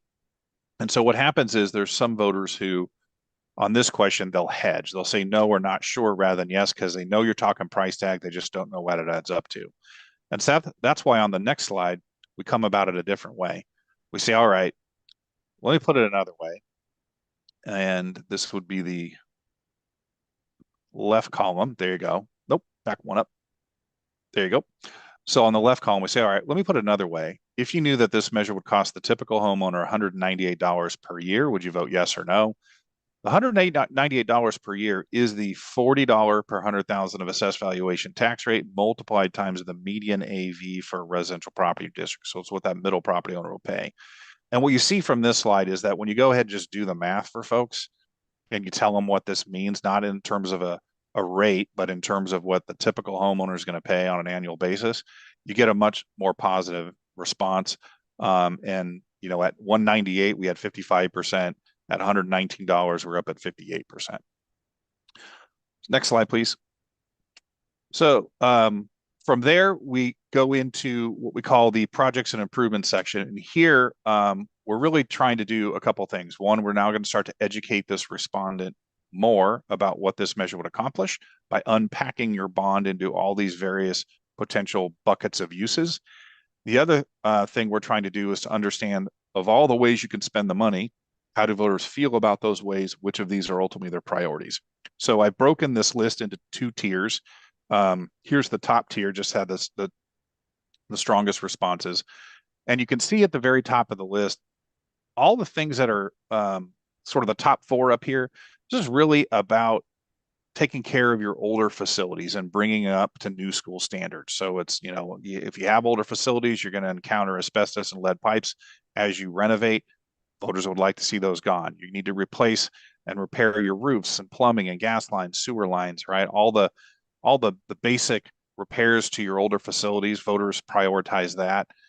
They like to see some of your older facilities brought up to current building safety codes, health codes, proper ADA access, right on down. So a lot of the priorities at the top there are about taking care of your older facilities. As you work your way down, then you run into other things that we tend to see at the top of the list: STEM, CTE facilities, computer technology. So the important point is everything on this list has about almost 80% of voters or greater say that they would favor spending some of the money on that item. Next slide. We'll just sort of skip past this one because it's just the bottom tier, but you can see a lot of the projects there also test well. Next slide, please. Oh, there you go. So now if you as a board were to choose to place a measure on an upcoming ballot, there's going to be an election cycle. And during that election cycle, you'll have a lot of discussion and debate in the community about your proposal, right?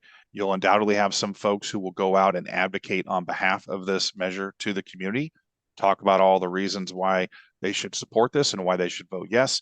You might also get some critics and some opponents who step up and say, this is a terrible idea. We shouldn't be doing it. Here's why. For this survey to be a reliable gauge of the feasibility of a bond measure, we needed to simulate that discussion and debate in the space of the poll, so we have an understanding not only where your voters are at on the natural, which was the initial ballot test, but what happens after they hear both positive and negative arguments. You can see here, we tested 2 tiers of positive arguments. Here are the ones at the top. And what's striking to me is, just as we saw in the project list, that the projects that were around just taking care of your older facilities and bringing them up to new school standards, those were the priority projects. When you look at the messages that we tested on the positive side around this measure, those same types of themes, right? The messages that dealt with the age of your facilities and some of the challenges you have with them in terms of numbers of roof leaks and how many portables you have that are over 20 years old. Those are the kind of messages that really resonated the strongest. So next slide, please. So now at this point in the poll, voters have now heard a lot more about your proposal than they did at the initial ballot test. On the one hand, we had a chance to talk in more detail about the tax rates that could be associated with the measure. As we saw, that had a bit of a chilling effect on support for the bond, but we had a chance to then go on, talk in more detail about how the funds could be spent. We've conveyed positive arguments. We've yet to convey negatives. And so on the next slide, the interim ballot test, what we do is we present that same 75-word ballot statement to them and say, now that you've heard a bit more, where do you stand? You can see that support dips a bit, about 3% from where we were at the outset. We're checking in at 56% support here. So we're 1 point above the 55% threshold that's required for passage of a Prop 39 bond. But you note that the support level slipped a little bit. That's a really clear indicator that although voters really like what you're proposing to spend the funds on and they understand the positive arguments, they're a little tax rate sensitive, right? That $40 per 100,000 assessed valuation tax rate is just outside their comfort zone a bit, which is why we start at 59, but at this point we're at 56. Oop, there went the presentation. Do you have it on your end?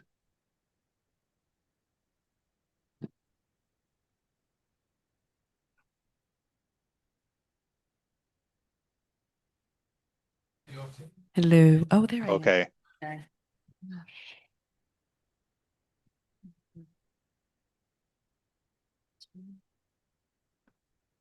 I'm sorry. So can you hear me? Yes. Yes, we can hear Okay, you. you've got me. Okay. So I'll keep going. I don't see it on my end, but I see it on your screen in the background, and I know what this survey is about, so I can speak to that. Great.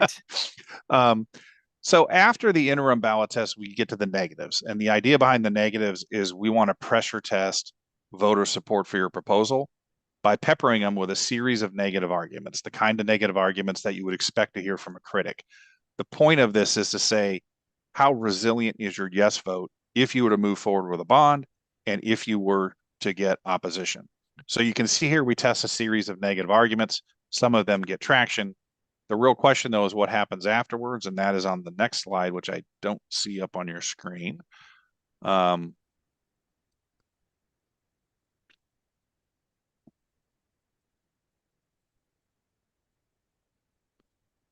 let me pause here. Thank you, Tim. We're having some technical difficulties. But Bree's working her fastest to get our presentation back up.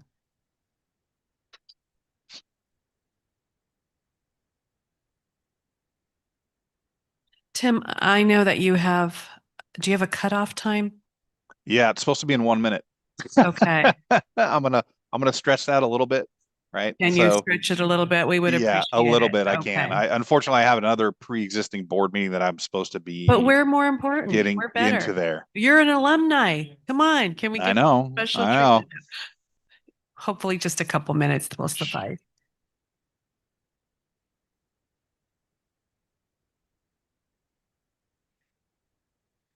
Maybe Tim, do you want to talk us through the what you see? Sure. So after the negatives, the important part is it actually cools support down for the bond measure from where we were at that interim ballot test where we had 56% support. Once you pepper respondents with a series of negative arguments, the support level drops about 3%. And we land at the end of the poll at 53%. So we're about 2 points under the threshold that's required for passage of a Prop 39 bond at the final ballot test. So happy to talk about what I think this means. That we've got some slides here that would accompany it, but I think when you go back to that overarching question I mentioned at the outset as being kind of the main motivator for why you do this research, which is to understand, is it feasible? If you as a board were to choose to move forward with a bond measure, does it have a reasonable chance of success? I think the answer to that question is what we call a yes, but. It's a qualified yes. Yes, I see a path to a potentially successful measure, but a bond to be feasible in 2026, it's going to require some adjustments. And those adjustments really center on the price tag, right? We're going to have to make sure you choose a price tag that is within voters' comfort level. It's going to require clear support from the board, right? Anytime you're kind of have support levels that's hovering a little bit above or a little bit below 55%, voters are going to take cues from the board, and they're going to want to see that the board is behind this. And it's also going to involve some robust community engagement. You want to go out there, help raise awareness in the community about what your facility needs are, how a bond's going to address those facility needs, and start to build consensus on a bond proposal. What you don't want is voters to be surprised when they go in to vote in November that this measure's on the ballot and they haven't really heard much about it, right? You want them going in knowing what this measure's about at that point. So why do we see the path to viability? Well, that's all the kind of positive things that came out of the poll. We saw that voters ranked improving the quality of education in local schools as the most important issue facing the community. All the projects that you're thinking about funding with this measure were quite popular, as we saw. You've got positive arguments that resonate on behalf of the proposal. And importantly, at both the initial ballot test and the interim ballot test, you had support levels that were north of the 55% threshold for passage. So when we see that kind of pattern, it suggests that you've got a potential path forward for a measure. It also, though, we see some challenges that come out of the poll that we want to be cognizant of. One was the tax rate sensitivity. I think that, if you're going to move forward with a measure, you got to look hard at that tax rate. And I would recommend that you reduce it a bit to put the price tag for this proposal squarely in the comfort zone of at least 55% of your voters moving forward. We also saw that, there were some opposition arguments that resonated. Not a lot, just dropped you about 3 points, but nevertheless, you want to keep that in mind. And then the bigger question is really sort of the external conditions heading towards November, right? There's, as sort of predictive as these polls have been over time, the realities are not crystal balls, and that if you think ahead to the future, there's, a lot can happen in the next 6 months in terms of the economy or tariffs or inflation. Some of those things might be positives, some of them might be negatives. The point is, you always want to put a measure on a ballot that can sort of withstand some adversity, right? That should you get some headwinds, should you get some crosswinds, you're still in a position to be successful. You generally don't want to put a measure on the ballot where you're throwing a Hail Mary, right? You're just hoping somebody catches it in the end zone. Most of the time, those Hail Mary passes land on the ground, right? They don't land in the receiver's arms. And so, we want to be thoughtful about the measure you ultimately choose to put in front of your voters. So with that, I will end my presentation and happy to take some questions from the board if there are any.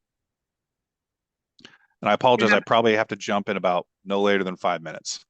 No later than 5 minutes. Okay, so we can start with the board. We'll start with our student representative. If there's any questions or clarifications, technical questions or clarifications, please. No question. Okay. Rick, we'll start with you. Do you have any technical questions or clarifications? No questions. Thank you so much for the presentation. I appreciate it so much. Thank you. Okay. Martha, do you have any technical questions or? Really quickly, no. Timothy, it's great to hear that you're alumni. You didn't work with us in the past before. This is the first time, correct? First time. Okay. And when you said 405 interviews, those are the total number of people that completed the survey? Correct. And so did you do a comparison from our last bond in any way? I didn't compare to your last bond because we don't have any of the, and you're thinking about sort of survey data and results then versus our results now. We did not do that analysis, and so I couldn't speak to it. I know. Okay, so let me rephrase that then. As far as the survey results from the last election, you just clarified that we don't have that. But what about as far as, is it that information like in a voter, like under the county?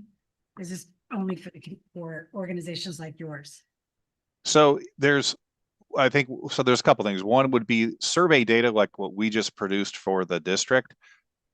Assuming that the district did that last time, you might have that available in your files somewhere. I have not seen it. And I have not done a comparison to that. In terms of the results of your bond elections in the past, some of that data can be retrieved. It's archival, but you can go back and look at it, but it's always in some sort of aggregated form. So you'll see like support by a precinct, right? They're not going to give you support by at the individual level or within specified subgroups. They just won't make it available at that level. Okay, and then, because I guess I'm just trying to compare the number of interviews you did in comparison to the total number of actual voters that usually vote in this area.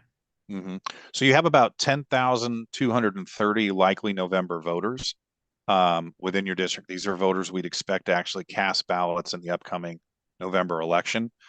The beautiful thing about inferential statistics, however, it's not how many you speak with, it's how you choose the people you speak with that allows you to estimate the opinions of that larger November universe within a certain margin of error, even with a sample size of 400. A sample size of 400, we did 405, but if you hit 400, that allows you to meet the academic standard for statistical reliability, which is a margin of error of less than 5% at the 95% confidence level. And there's a whole graph in the report itself that shows this, but as you go out beyond 400, the reductions to the margin of error start to really flatten out, right? So such that even if we doubled the sample size from 400 to 800, you're only reducing your margin of error by about 2 points. Not even that, about 1.5 points. Okay, thank you. Thank you, Martha. Angela, do you have any technical or clarification No, questions? you did a great job explaining. I like confidence intervals and stuff, so explain the last part. Thank you. Adriana? Okay. So now, well, Tim, our next step is to go to public comment. So if you have to log off, we know that we have Robin in the audience and maybe she can help us with any other questions. Yeah. All right. Hi, Robin. Thank you very much for your presentation. Thank you. Okay, so our next is to invite any public comment on this agenda item. Please, Eric. Oh, and we have more. Okay. Just good evening, board. Oh, there you are. And then Reese, Matt, and so looking at all these numbers, I'm seeing some really good trends that around the messaging that I've done a lot of speaking here about, but also gave feedback at the Facilities Advisory Committee about shifting the messaging to where the one thing I saw there is parents are most concerned about educational outcomes. If we shift our messaging to say, look, hey, we are already starting to see those incremental gains. Right now, our facilities are what are holding us back. Clean air in classrooms, you hear me say it almost every meeting right now. I sound like the broken record, and I'm sorry for that. But those are the kind of things that I think are the most important. Because how do we expect kids to learn if they can't breathe clean air, if they're cold, or if they're hot? So showing where our facilities are now holding us back from achieving even greater gains to provide us some confidence. I know it'll work on me. So that's about what I got. Thank you. Thank you, Eric, for that public comment. Next, we're going to call up Alejandra. No? Oh, okay. Thank you. Is there any other public comment on this agenda item? Please. Join the club. Welcome, Chris. Hello, my name is Chris Anderson. This marks my 21st consecutive year as a parent in this school district. Kind of wanted to echo that. One of the things in reviewing this slide before I came here tonight, I don't think we've put enough weight in the community trust of the expenditures. If a bond were to pass, I think that that's something that, like, I 100% agree with the facilities thought process. I think that the community as a whole understands that the vast majority of you sitting in front of us today did not put us in this position that we're in financially, have not allowed the facilities to get to the point that they are. Ironically, in an email that I exchanged with you guys earlier this week, while reviewing it, I found a very similar email from 2019 and then another one from 2021. And as luck would have it, the same classroom was actually mentioned in one of those emails. And not to go off the rails on that, because like I said, we fully understand as a community, the vast majority of you had nothing to do with us getting to that point. But I just want to stress the community trust in how that the money would be spent. I think an action plan where we've clearly established the expenditures that are needed versus the bond amount, I think that would carry a lot of weight, as opposed to, while those numbers were amazing, and I think that they are very accurate, I think if we were able to say, here's what we need to bring things up to par, here's what we're asking for, here's why. I do believe there was fairly good accountability when we built the stadium, when we spent previous bond money, but just making sure that we have the proper community oversight into that expenditure, and to make sure that the community understands that, I think would go further than anything that we could say or do, because honestly, as a community, it's hard to trust based on previous relationships, once again, of no fault to most of you sitting here. But it's hard to trust based on previous relationships and things we were told. So that would just be my input on it. Thank you, Chris. Do we have any other public comment in the building? Okay, seeing none, do we have any public comment on Zoom, Brianna?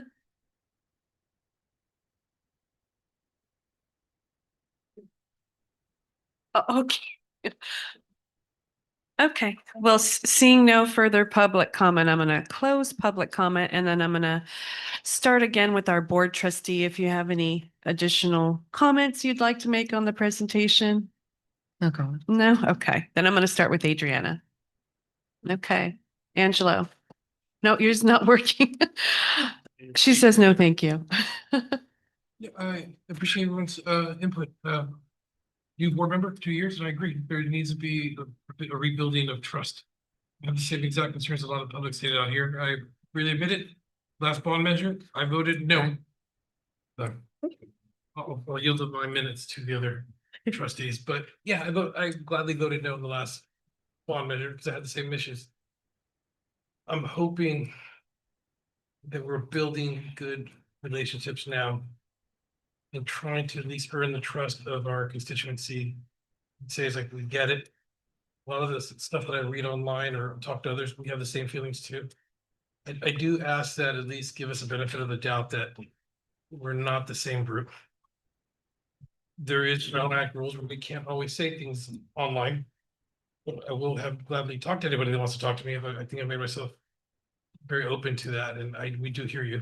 We hear everybody's concerns about the path. We don't want to have that. We want to be able to we're all on the same team. Kids first. So, but part of educating our kids, we need to be realistic. We need to clean up the mess from the past, but we need to have a safe building so they can be inside the classroom so they can learn. But we hear you loud and clear. Thank you, Angelo. Martha? No, thank you. I just, of course, I'm the veteran here, so I've seen a lot of different bonds did pass, some didn't pass. And I was probably in the forefront as a parent when found out about the middle school not being built here. That was in literally 2005. I was the parent that actually stood in front of the board. I was over there with you guys and challenging like what happened. And that's when that trust went downhill. And that trust went downhill because they didn't get the correct permits, believe it or not. They got red tagged. And that's now we have our lovely salamanders here. And Santa Cruz long-toed. And we're working on all of that project moving forward still today. But that affected us in that last bond, but there are bond oversights, and there is a right way to earn that trust again, getting the community involved as part of what that money is going to be used for. And we've all been talking about that, the importance of that. And we don't want to rush this. We want to make sure it's going to be done right. And believe me, the questions are we're answering, we're asking a lot of questions. And I just, believe that the community do want a better, safe, believe it or not, we all know these are aging facilities. No matter what, everything tends to get older and older, and we have to figure out a way to make it cleaner. And yes, you're right. The air is one of the big deals right now, and we all feel the same way.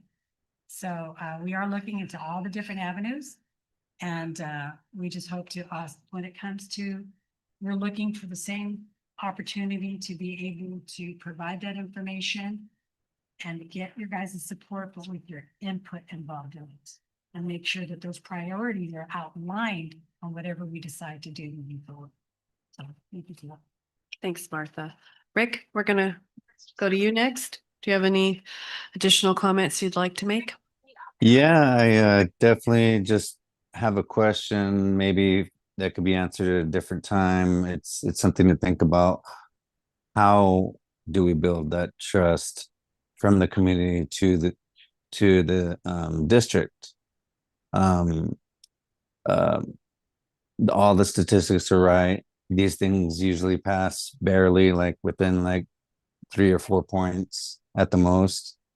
How in such a short time? November is like 8 months away. Just something to think about, because if trust is wanting to be built, then it's going to take a lot based on the condition of the district right now and the community. Thank you.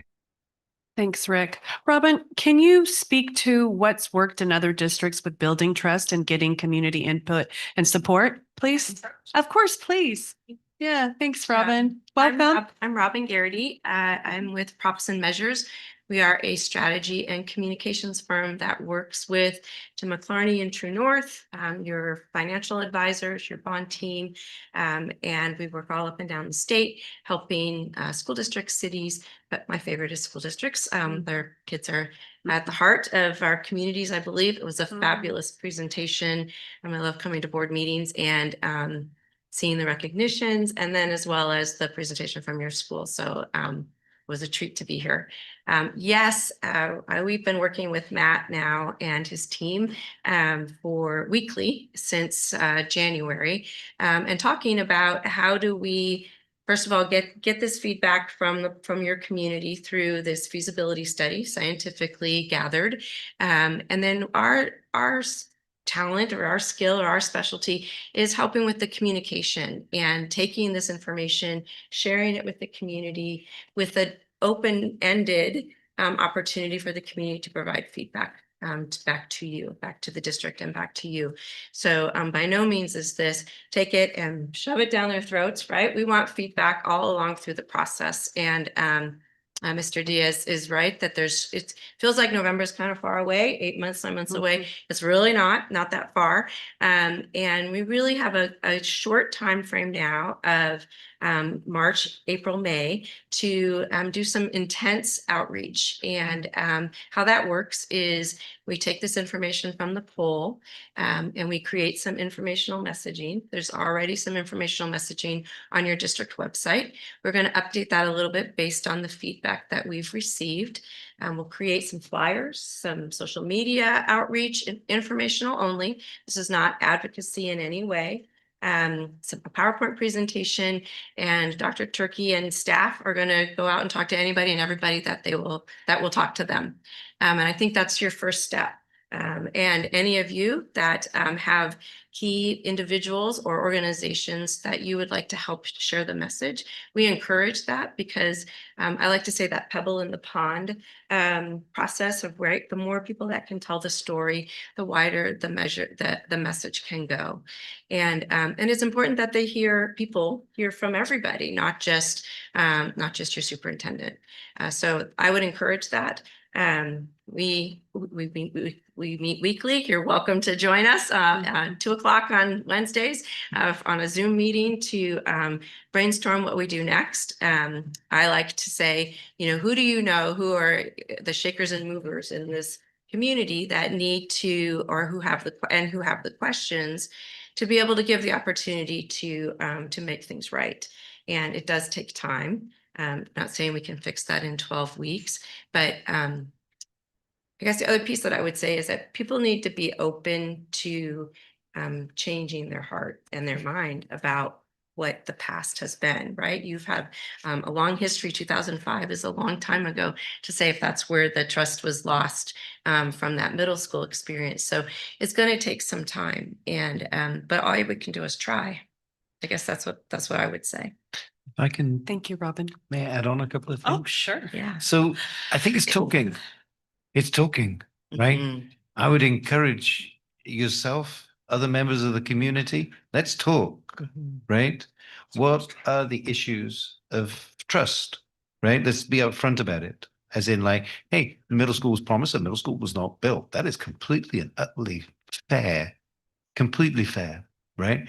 And it also lives alongside, let's talk about Prunedale, right? Let's talk about room 15 and room 16. We keep on, I'm sorry? Room 15 and 16. Yeah. We keep putting lipstick on the pig. That's what we keep on doing. We keep on putting a Band-Aid on a bullet wound. And without a bond, it's not going to stop. We talk about clean air. Just the clean air its own, it's $40 million. I'm just being blunt. Without a bond, it simply won't happen. And we're going to continue to have holes in roofs. We're going to continue to have floors which aren't up to snuff. We're going to continue to have portables which are falling down. And we're going to continue to have folks justifiably complaining about our facilities. And this lives alongside, and we have to kind of hold these two things together, that lives alongside the mistrust, which is valid because we promised a middle school and didn't build it. So what I would encourage is, yes, we're going to be holding meetings. I want people to come out. I want the naysayers to come out. I want the people who've got issues to come out. Let's talk. Let's just be real about what's happening in our community with our school facilities. We don't need to kind of like put any varnish on it. Let's just be real about it, right? If there's a different way of doing this, great. Let's talk about it, right? If there are some people who are just like, hey, listen, I'm just a complete and utter no because of taxes. Okay, fair enough. Fair enough, right? But do we have enough folks, right, who this is a priority enough? This is a priority enough, right? And then let's talk about the schools, exactly what's going to happen. Okay? So what are the things which are the most important? We've heard from our community, the things which are most important are the basics. We're not talking about any space classrooms here, right? We're talking about the basics. We want to fix the holes in the roofs. We want to get rid of the asbestos and the lead. Okay? That's what we want to do. That is a doable thing. Let's talk about what exactly that looks like at the high school. Let's make a list. Let's put a price tag on it. Let's do the same thing at the middle school. Let's do the same thing with each of our elementaries. And then we have a compact. We have a compact, right? Which is done between the community and the district, holding hands together, saying, this is what we commit to. If we get the money, which we know we need a 55% for. That's all we can do. That's all we can do. So go out to people, tell them to encourage to come to these meetings and talk. President Reyes, can I add something? Sure. As you were talking, Matt, I think that it's also important that relationship and repairs to do, a lot of trust to build and everything. But I think that we should also, as adults, be conscious that our next generations and our students should not miss relationships and mishandling of things, right? That our students deserve better from us, who should be the ones thinking for them and not thinking about how we feel and how we have perceived things, as well as, yes, but remember that we can no longer have our next generations and our students continue to pay the consequences for us and for our mistakes and for the things that we're doing. And let's sit at the table and do things for our students, which is our focus and why we're here as a school district. Our students is the whole purpose. And thinking of our students, we also think about the rest who are involved in. No one wants me to. Sorry, I don't know. We can also spend some of that bond money on some new technology. No, we're not doing that. I don't think that's a priority identified by the community. Okay. I can scream that, don't worry. Yes. Okay. Are you, Adriana, do you have anything further? No? Okay. I'm going to open up public comment again in a second because we have somebody on Zoom. I would just like to say thank you for that healthy discussion. I think even if we were to move forward with the bond measure, and let's say we kept it around the 30 million, 40 million, 50 million, that's just a drop in the bucket. I mean, when we looked at the facilities report, it said we needed something like 30 million per, yeah, thank you. What was that number again?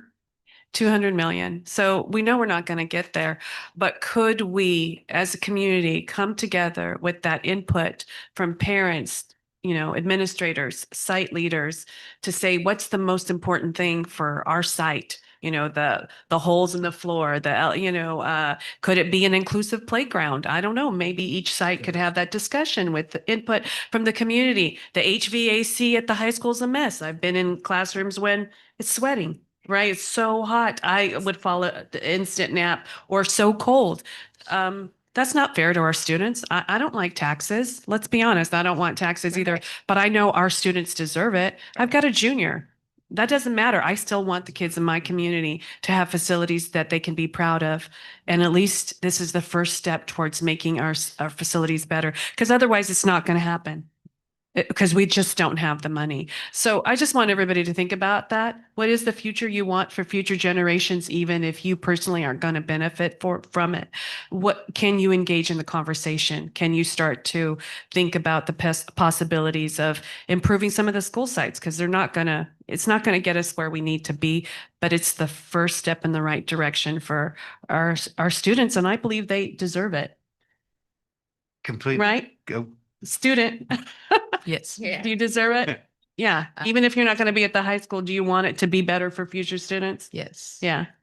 I'm sorry. Go ahead, Matt. I'm just thinking about pride as well, right? As a community, right? We want to go past our schools and feel a sense of pride, right? Not a sense of kind of like, shame. Oh my goodness, look at that. I can't believe it. We want to feel a sense of pride. We want to feel it in every single one of our Presentation, the stretch goal.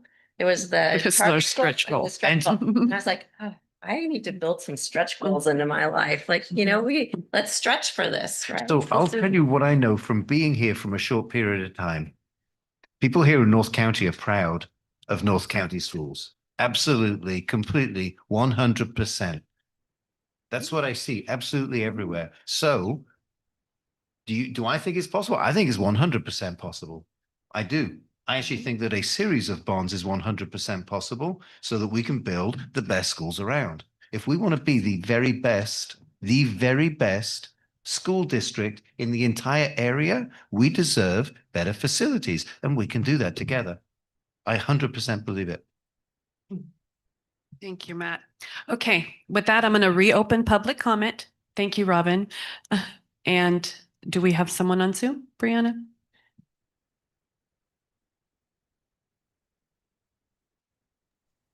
Hi, are you on? Hi. Hi, it's me again.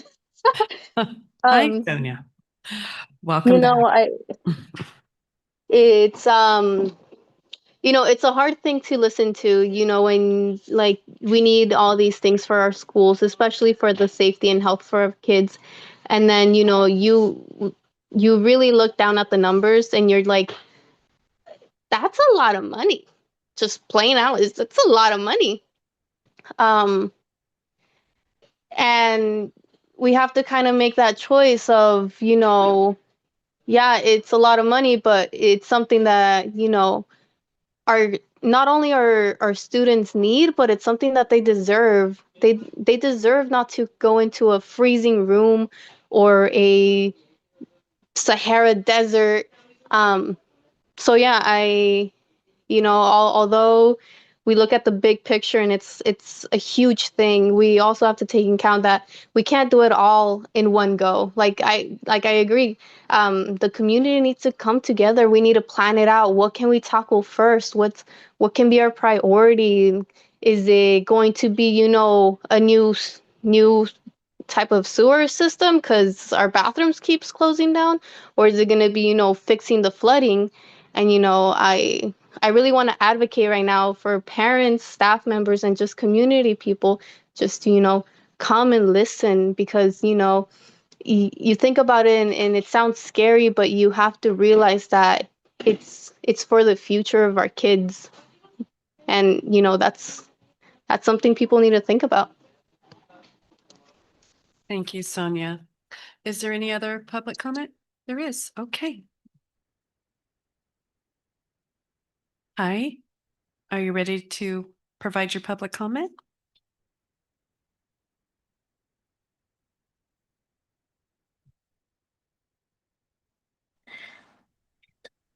Yes, can you hear me? Hi, I can hear you now. Yes. Hi, my name is Joali, and I'm a parent from the Prunedale School. Wonderful. And is it okay if I say in Spanish, because I just feel like I can express myself better in Spanish? Of course. Is our translator available? Okay, there she is. Yes. Okay. Please go ahead. Sí, sí, mi nombre es Joali, soy una madre de dos estudiantes de Prunedale, y ahorita que el señor Turkey estaba diciendo de que tenemos que quiere agarrar confianza con los padres, para que la comunidad se junte para poder resolver problemas y todo eso. Sí, muchísimos padres, a lo que me incluyo yo, he ido al distrito a hablar con de hecho, con el señor Antonio, hablé con él de algunos problemas que he tenido, pero específicamente que están hablando ahorita del salón 15 y 16. Uno de mis estudiantes está en el salón 15, y se nos dice una cosa de que prácticamente de que no hay problemas, pero sí se siente un olor raro. Entonces, mi respuesta es, si nosotros vamos y ponemos quejas al distrito, primero vamos al salón y luego después de ahí nos mandan, ok, sí, ya se resolvió el problema, ok, tratamos de hacerlo con la directora, y después, como no se resuelve nada, vamos al distrito a querer hablar con el superintendente. Sí, es cierto, el superintendente tiene muchísimas cosas que hacer, tiene una agenda que tiene que seguir, sí, totalmente de acuerdo, pero es que en mi punto de vista, él también tiene que involucrarse en esta escuela, que desafortunadamente, como madre de estudiantes, están pasando muchas cosas y que a lo mejor él no está sabiendo. Ahora, él dice que quiere tener conexiones y una buena relación con los padres de familia. Esa confianza se gana. Desafortunadamente, el superintendente no lo hace. ¿Por qué? Porque de 2 años que yo tengo, tres, perdón, 3 años, porque mi hijo está en segundo, este es el tercer año, yo puedo contar las veces que lo he visto, y es muy raro que él se pare en esta escuela. Entonces, si él quiere tener una buena relación con los padres, él tiene que involucrarse más en esta escuela, hablar con los padres, porque seamos realistas, y gracias a todos estos estudiantes existen las escuelas. Gracias a todos nuestros estudiantes, todos tenemos un trabajo. Entonces, necesitamos a nuestros estudiantes para poder seguir colaborando y poder seguir teniendo nuestros asientos que todos los días ocupamos. Entonces, vuelvo a lo mismo como él dice, confianza. Desafortunadamente, el superintendente no la tiene con muchísimos padres de esta escuela de Prunedale, y yo me incluyo en una de esas. Okay, gracias for your public comment. Now, our translator. Hi, my name is Johanny, and I am a parent to 2 students at Prunedale School. And I was just listening to what was said about rebuilding trust with the community. And I would say that many students, many parents from the school that my children go to don't have it. There are lots of things going on at the school. I myself have gone to the district to discuss problems. More recently, specifically with Antonio, my children, I have one child, room 15 and 16 was mentioned. One of my kids is in room 15, and the problems aren't huge, but yes, there is a strange smell. And first we go and discuss it there at the level of the classroom. And then we might go to the principal, and then we're directed to the district. But once we go to the district, well, the superintendent is a very busy person. I'm sure he has a lot of things to do on his to-do list. And it is true that trust has been lost. And I believe that if he wants to reconnect and rebuild trust, it is important to collaborate and to listen. In the 2 or 3 years that I've been a parent at this school, it's been very rarely that I've seen the superintendent at our school. And if we want to have a good relationship and collaboration, then there needs to be more presence. 1 second. It is thanks to our students that we have these schools, that these jobs exist, that we are all seated in the spaces that we each take up. And yes, trust is missing amongst a lot of the parents, myself included. Thank you. Is there any other public comment? Okay, I'm going to close public comment. Is there? Okay, hi. Come on up. Hi, Nadine. Just kind of want to talk about room 15 for a moment. Of course, And then maybe clarify what we were talking about with the ballot and everything. So I might be wrong, but it kind of sounded like it is too expensive to have our kids be in a healthy space. I have my youngest, who is 8 years old, and then I have my 10-year-old that's at Prunedale School. Now, how do we expect our kids to learn to their utmost potential when we have these conditions going on? Our teachers could only do with what support they have. I mean, I myself am not gonna work in that kind of position. I know you guys, if we had that meeting in room 15 right now, we probably should have, to see how the kids are there for the amount of time that they are there. I know my son, he's been out of school for a few days now. He does not miss school, but he has diarrhea. He's not feeling good. All of a sudden, he's been in that class for a while, and then now he's not feeling good. I just want to know, like, why is it like that? You know, if your office was in that classroom, there would be change like that. We know that. I mean, I will say, when my daughter complained about her bed not being comfortable, she didn't get a new bed until I laid on it. And I was like, oh my God, how are you sleeping on this? There ain't going to be change until a higher up has to be in that position. I mean, like I said, if you had to go into room 15 every day and that was your classroom, that was your desk, that's where your office was, I'm sure there would be change faster than what it's going to be. If maybe we should have meetings in there. In every classroom that has been brought to attention that there's been this and that going on, I mean, what would it take to really put a meeting in there? It's only going to be there a couple of hours, but at least so everyone could kind of see what the experience is. We have our youngest, our most vulnerable on these conditions. That's not okay. You know, what would we be without our kids there? If every person in Prunedale school said, you know what, we're going to go to Madonna, we're going to go over here, we're going to go over there, then what happens? I'm sure there's been a lot of loss already because kids that live in the Prunedale, Castroville area don't go to those schools anymore. They go to Salinas, you know, and that's sad. I mean, my grandparents paid taxes, my parents paid taxes, I'm paying taxes, but yet a lot of the kids are not here no more. They're over in Salinas. They're at the Catholic schools, but there's a lot of people that can't afford that, so they have to deal with it. Thank you. Thank you. Okay, is there any other public comment?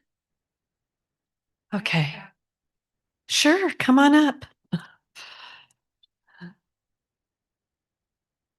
This is for Turkey. You did say that it's expensive to do the air quality. There was a notice sent from Prunedale School that the air quality was okay. So did we test the classroom, or did we, since it's a little bit too much, you're saying out of the budget? Just wanted to know, because I know my daughter, she was just here and her quality, she has asthma.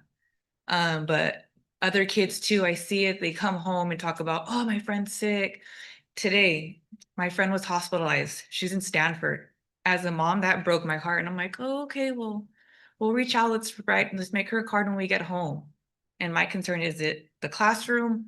Is the breakout right now that's going on at the school? Like, that's just my concern. And I want to know, because yes, I follow social media, I see it. And yeah, I was that parent that didn't speak up.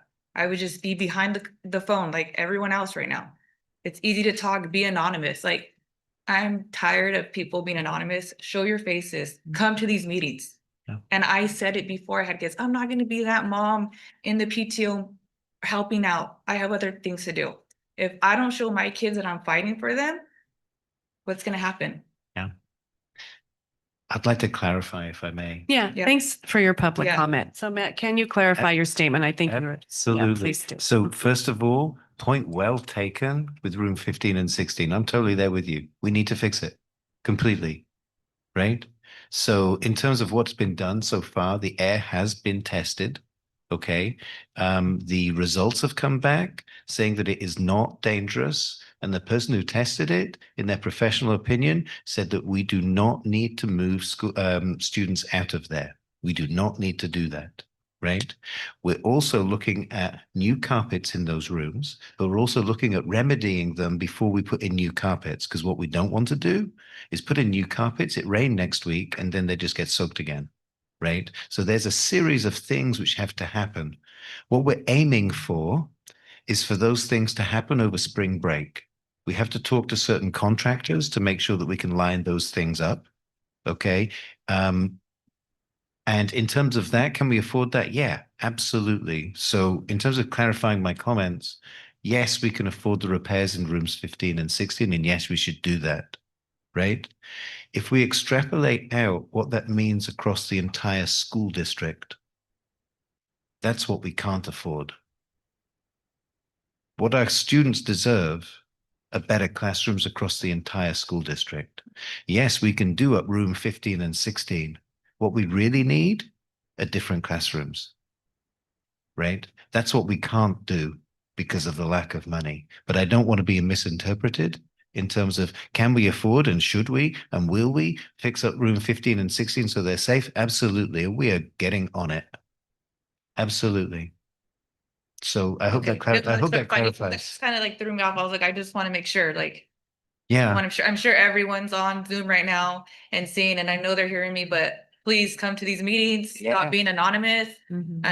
It's hard because I'm the PTO president and I get text message from parents like, what's going on? Or did you see this? And I'm like, I have a business to run. I have kids, they're in sports. I have so much stuff to do than worry about this. My daughter was just here. She's hungry, but I told my husband, come pick her up. I have to say something. Yeah, and we all appreciate you coming out to the board meetings. Please do, and I'm more than happy to have a conversation with you all afterwards as well. Okay, thank you very much. Do you mind if I add a clarification?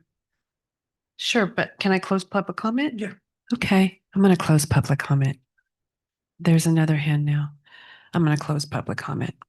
Yeah, I have to. Oh, should we want to listen? I want to listen to everybody, but Well, we also have our budget presentation. we do have our budget presentation. Okay. We got to keep going. Okay. We had another comment come in. Do we want to hear it? I don't want to cut off anyone. We're still going. So we talked about this last time in the policy committee. We're past our 20-minute allotted time. We are? For Okay. per Okay, I'm going to close public comment. I'm really sorry. Please send us an email. Did you have something you wanted to add? Yeah, it's just for clarification. I want to add Dr. Turkey because I know sometimes you hear the public hears please from us. I want to add this. I said before, the board member here, I taught high school math here, room 52. I had to go to Walmart and buy shop fans for my students because of how hot it was. And I'm not trying to be silly here, but sixth period, end of the day, hot day, high school boys, it was intense. And it was very loud. I say that because I want to make sure everybody knows, like, no, there's not an ivory castle here located in our district where, yes, he is English, but he's not sipping Earl Grey tea, with the other assistant superintendents. Jasmine, my apologies. Okay, sorry.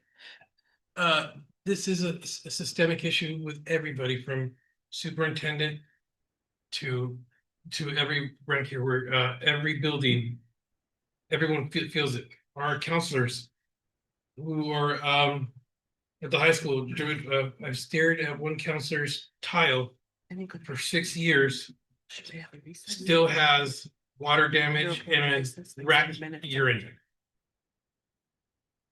It is across the board. And for those that know, like, who live locally, because I live in Oak Hills, Trustee Area 3, my house is over 60 years old. I decided to do some do-it-yourself work. I opened up a wall and it was the biggest mistake I ever did in my life. The amount of a simple project grew outstanding. So fixing facilities is gonna cost a lot because these are what our buildings are 60+ years old. So if it's anything like my house, there's gonna be more stuff when we open up the panels. And I'm hoping the public can see that. That's like, no, it's not just because people presume that we're an ivory tower that we're not getting it. No, this is equal with everybody here at the school district. Reality is, like Dr. Turkey said about putting lipstick on a pig. Not only did I do that, I had to have my students bring blankets when it was cold. And due to my background, a step stool, some JB weld, I would fix my gutters outside my classroom. With epoxy.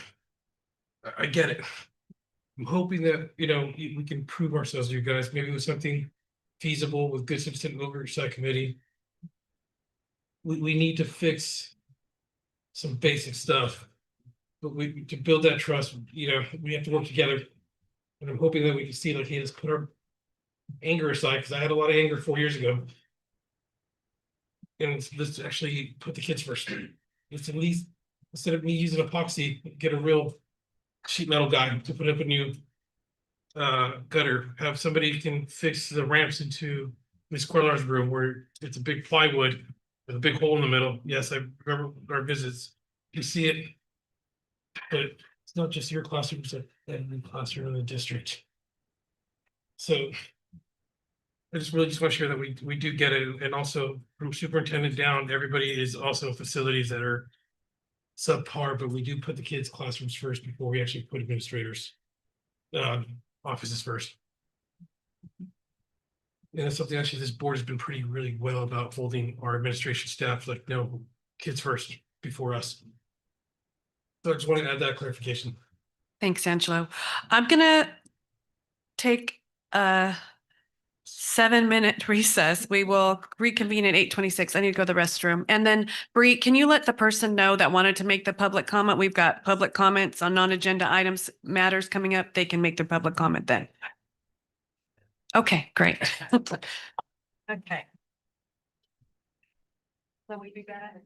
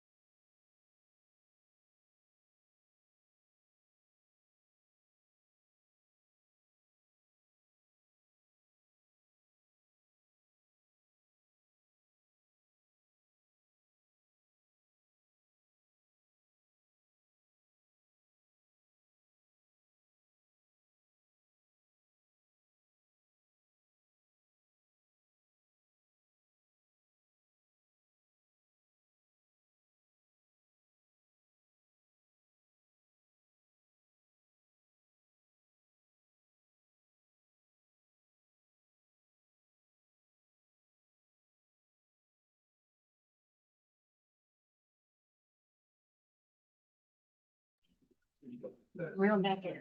I know. Are they? Can I call everybody back up to the dais, please?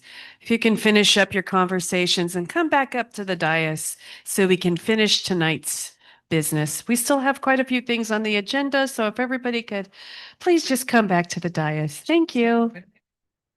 We have before. When's our latest meeting? Midnight? Past midnight, wasn't it? I can't remember. When was it? It was like midnight? Yes, it was. Do you not remember anymore? Have you blocked it out? I guess I did, traumatized. Have you blocked it out? It was really long. It was a long. Let's get started with our next item, which is public comment on non-agenda matters. I'm going to start with our public comment, present public comment. Alejandra Gonzalez, will you please come up to the podium? Good evening. Good evening. Members of the board, Superintendent Berkey, fellow community members, parents, and colleagues. My name is Alejandra Gonzalez, and I am a community member. I live here in Castroville proper. I am a proud 15-year veteran employee of NMCUSD. And today I come with my hat. I am also the chair of the Board of Trustees at Hartnell Community College. And I, just as you, have students in the forefront.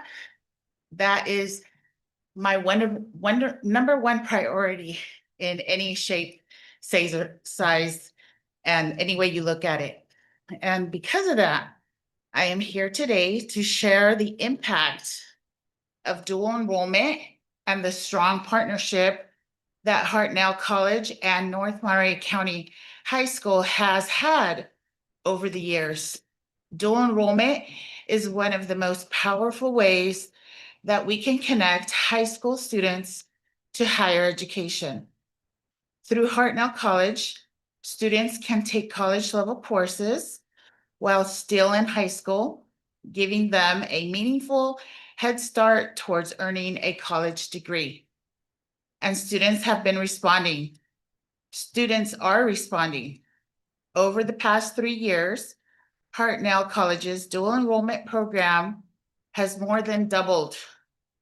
This year alone, more than 1,800 students across Monterey County are participating. The real story behind that growth is what it means for students. They are stepping into college classrooms earlier, building confidence, and proving that they can succeed at the college level. North Monterey County High School has been an important partner in this work. Our college and career access pathway dual enrollment partnership began in the spring of 2018.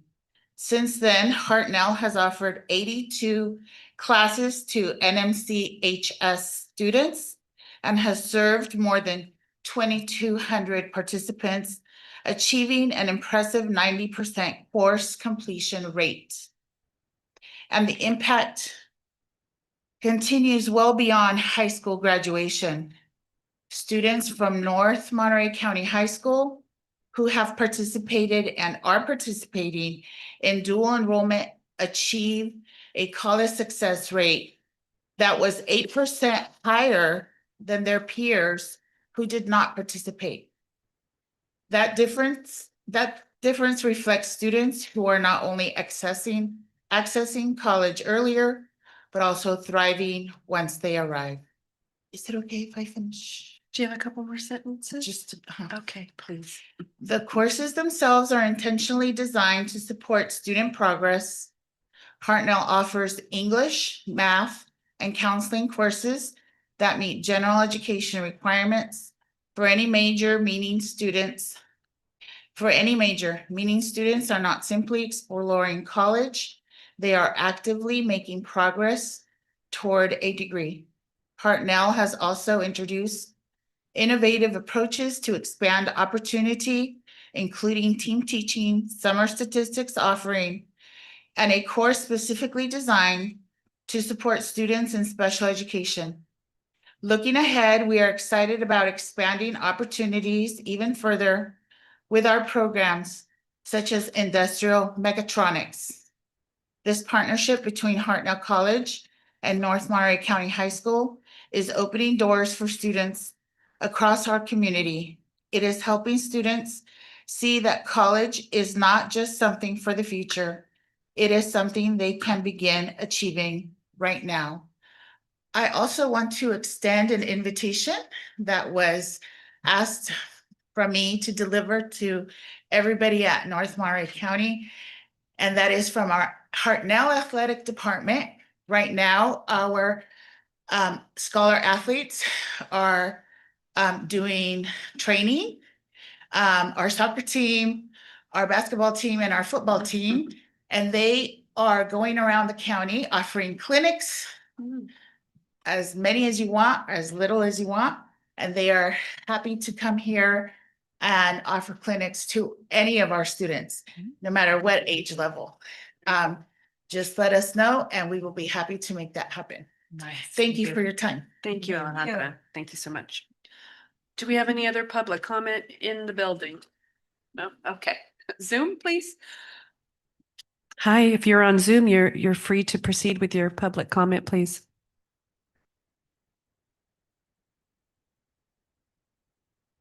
Okay, I am closing public comment and we're going to move on to our next agenda item, which is board reports. I'm going to start with you, Adriana. No, Okay, you're going to pass. Okay. Mr. DeMarco. In the interest of time, I'm going to pass. Martha. I guess I will too. I mean, I really wanted to share some highlights about Gabe, but I had nothing important. you had nothing important. Do you want to share or are you passing? I'm gonna pass and I'll share it for next time. Okay. Rick, do you have a board report? Just that thank you everyone for coming out and super appreciative for participating in the board meetings and giving your public comments. Thank you, Rick. In the essence of time, I'm going to pass too, and then we're going to move on to our superintendent's report. Oh my goodness, she usually has her own line. Yes, sorry, I'm not gonna No, pass. Sorry, I'm sorry, don't pass. You're the most important thing. You're the reason why we're here. My apologies. I'll make it brief. No, don't make it brief. Take all the time you need. I'm sorry. Okay, so around campus, we're going to start with our Diversity and Respect Week we had in February. It highlighted and appreciated different cultures throughout spirit days and lunchtime activities. And I think our highlight was our multicultural assembly at the end of the week on Friday, which included different cultural performances combined with highlighting our winter sports. And it was very popular among our students. So we're hoping to bring it back next year. Following up, oh, sorry. Can you go back? Yes, thank you. Following more cultural representation, we also celebrated Lunar New Year with red envelopes that we gave out to students for free, and they included things like candy, stickers, and redeemable 5-star student points, which could be exchanged at our student store for other goodies. We also had our badminton tournament, which was a week long. We had teams of 2 going head to head, and I want to say this is our most popular intramural in a while. We had a lot of participants that it lasted throughout the whole week. And for sport highlights, well, we've heard of wrestling and their amazing program. Their girls wrestling team is back-to-back champions, league champions, and the boys also placed second in league. And our girls basketball team made it to the second round of CCS. So shout out to them. And our ASB class also earned the Outstanding Leadership Program Award from the California Association of Student Leaders. So yes. Next slide, please. Okay, coming up, we have our spring rally on March 20th with spring sport recognition, fun games, and the revealing of our prom theme. And yeah, for spring sports, baseball won against Greenfield on Tuesday. Softball also won against St. Francis on Monday. And our track team is hopefully winning down at the field right now. And other things coming up, we have our election convention in the middle of April. We're trying to get the word out, and I'm sure you guys are welcome to come to observe our election of our next ASB cabinet. I think that's it. Yeah. Thank you. Thank you. Yay. Okay, we're going to be moving on to our superintendent's report. That's you, Matt. That is me.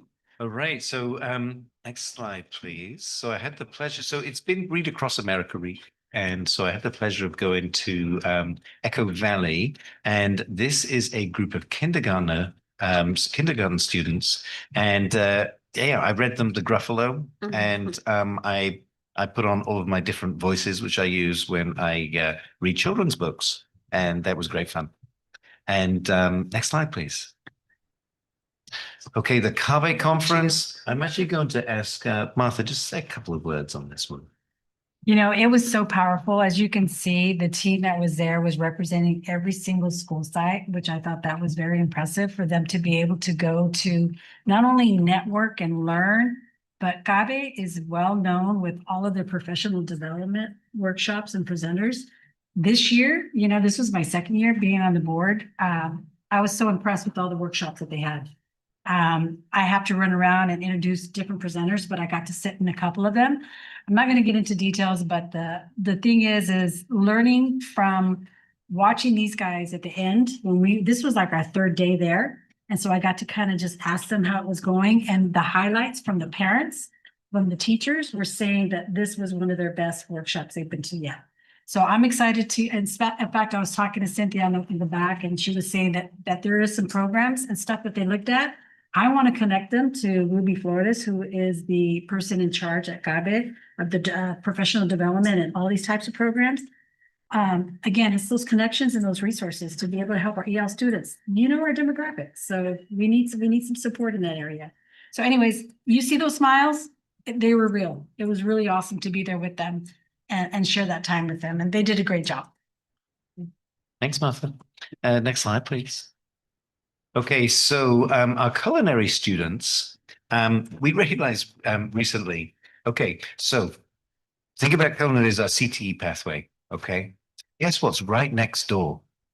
It's a professional kitchen, right? So our students were able to walk all the way next door into the professional kitchen and start working with professionals in the culinary industry around how do you produce on a large scale food, right?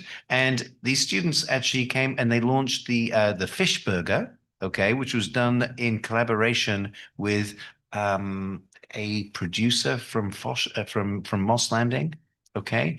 And so anyway, the kids produced these fish burgers. There's probably about, I think, 60 of them which they produced, and they were pretty darn tasty. They were really good. So yeah, here's our students getting some real world culinary experience in our professional kitchen. Next slide, please. Okay, this was today actually, and this is a picture of our recruiting table over at the CSUMB job fair.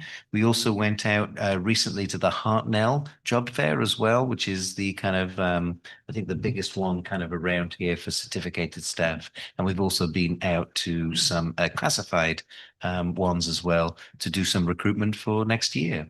Next slide, please. Okay, so the next dinner which I'm hosting is going to be around the CSUMB dual enrollment pathway.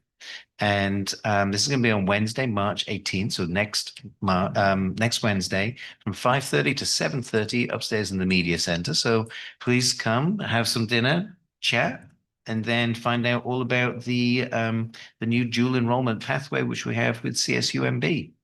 Next slide, please.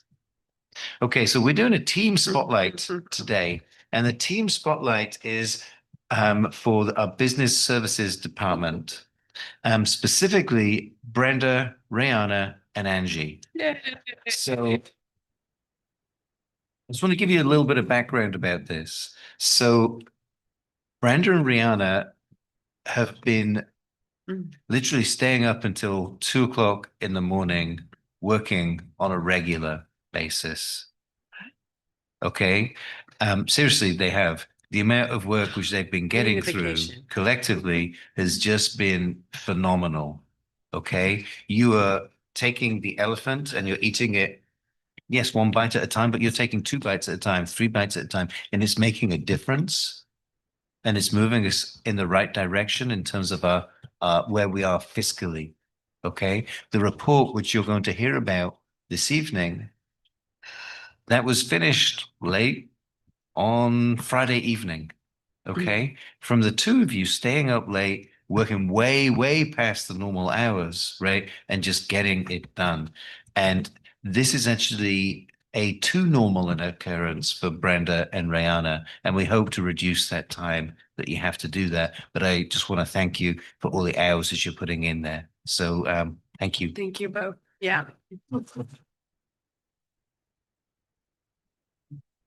And that's it for the Super Bowl. Okay, we're going to be moving on to CSEA report. And is there anybody on Zoom? No, nobody here. Okay, no report. Okay, we will move on to the Federation, North Monterey County Federation of Teachers. Will we be receiving a report tonight? No? Okay. Moving on to discussion, action, and or information items. Our first item is to adopt resolution number 2025-2631, recognizing March 2026. It's, I'm sorry to interrupt. It's actually, It's okay. we moved item did you? 4 from consent. Thank you. Over Oh my to the goodness. first Thank God you're item here as in the discussion. secretary to keep me on task. Okay, yes, so that's item 4, adopt resolution number 2025-2630, preliminary certificated change of FTE. All right, good evening, board. Good evening. Members of the public. Before you is a resolution regarding the preliminary certificated change of FTE. This is specific to 2 positions in our district right now. The first being our athletics director and the second being our activities director. These 2 positions are currently at 231 days apiece. And the recommendation from the district is to reduce those to 220 days. At 220 days for each of these positions, it is still in comparison to the districts surrounding us, more days than the other districts, but in coordination of talking with the staff here, talking with the people directly involved and talking with the administration, we feel that the 220 days is appropriate for the things that are happening around our school right now. I'm happy to answer any other questions you may have. Okay, thank you. We're going to start with our student board member. For questions, right?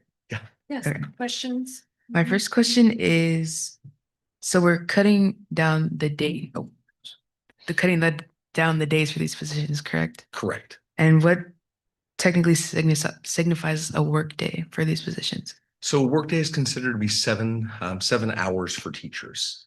And so that is basically that's what is happening right now is the 231 signifies 231 7-hour days basically. And we know that the people in these positions right now, those positions are working well over the 7-hour days, just as we heard other staff members in here. So they keep track of their days. So while they may not be here for 231 calendar days doing their things, like I saw our current athletics director here before school today, and he's still out there at all the games right now. So we know that those are long days. So the end of this, he comes up and says, hey, tracks their time and says, I just did 2 of my days today. And here are my hours. Here's basically, we don't clock in and out, but we're all professionals. And this is the time I was on campus doing these activities. So when we look at the other athletic directors and activities directors across the region, that's kind of what we see between 200 and some are teacher schedules and up to 205 days, and ours went up to 231. So 220 is kind of that nice average spot. Thank you. You're welcome. Do you have any other questions? Not for now. Yeah. Okay. Rick, we'll go to you. Do you have any questions, technical or clarifying questions on this agenda item? Not right now. No, thank you. Okay, Martha. Are they allowed to use, thank you for explaining that. Are they allowed to use flex time?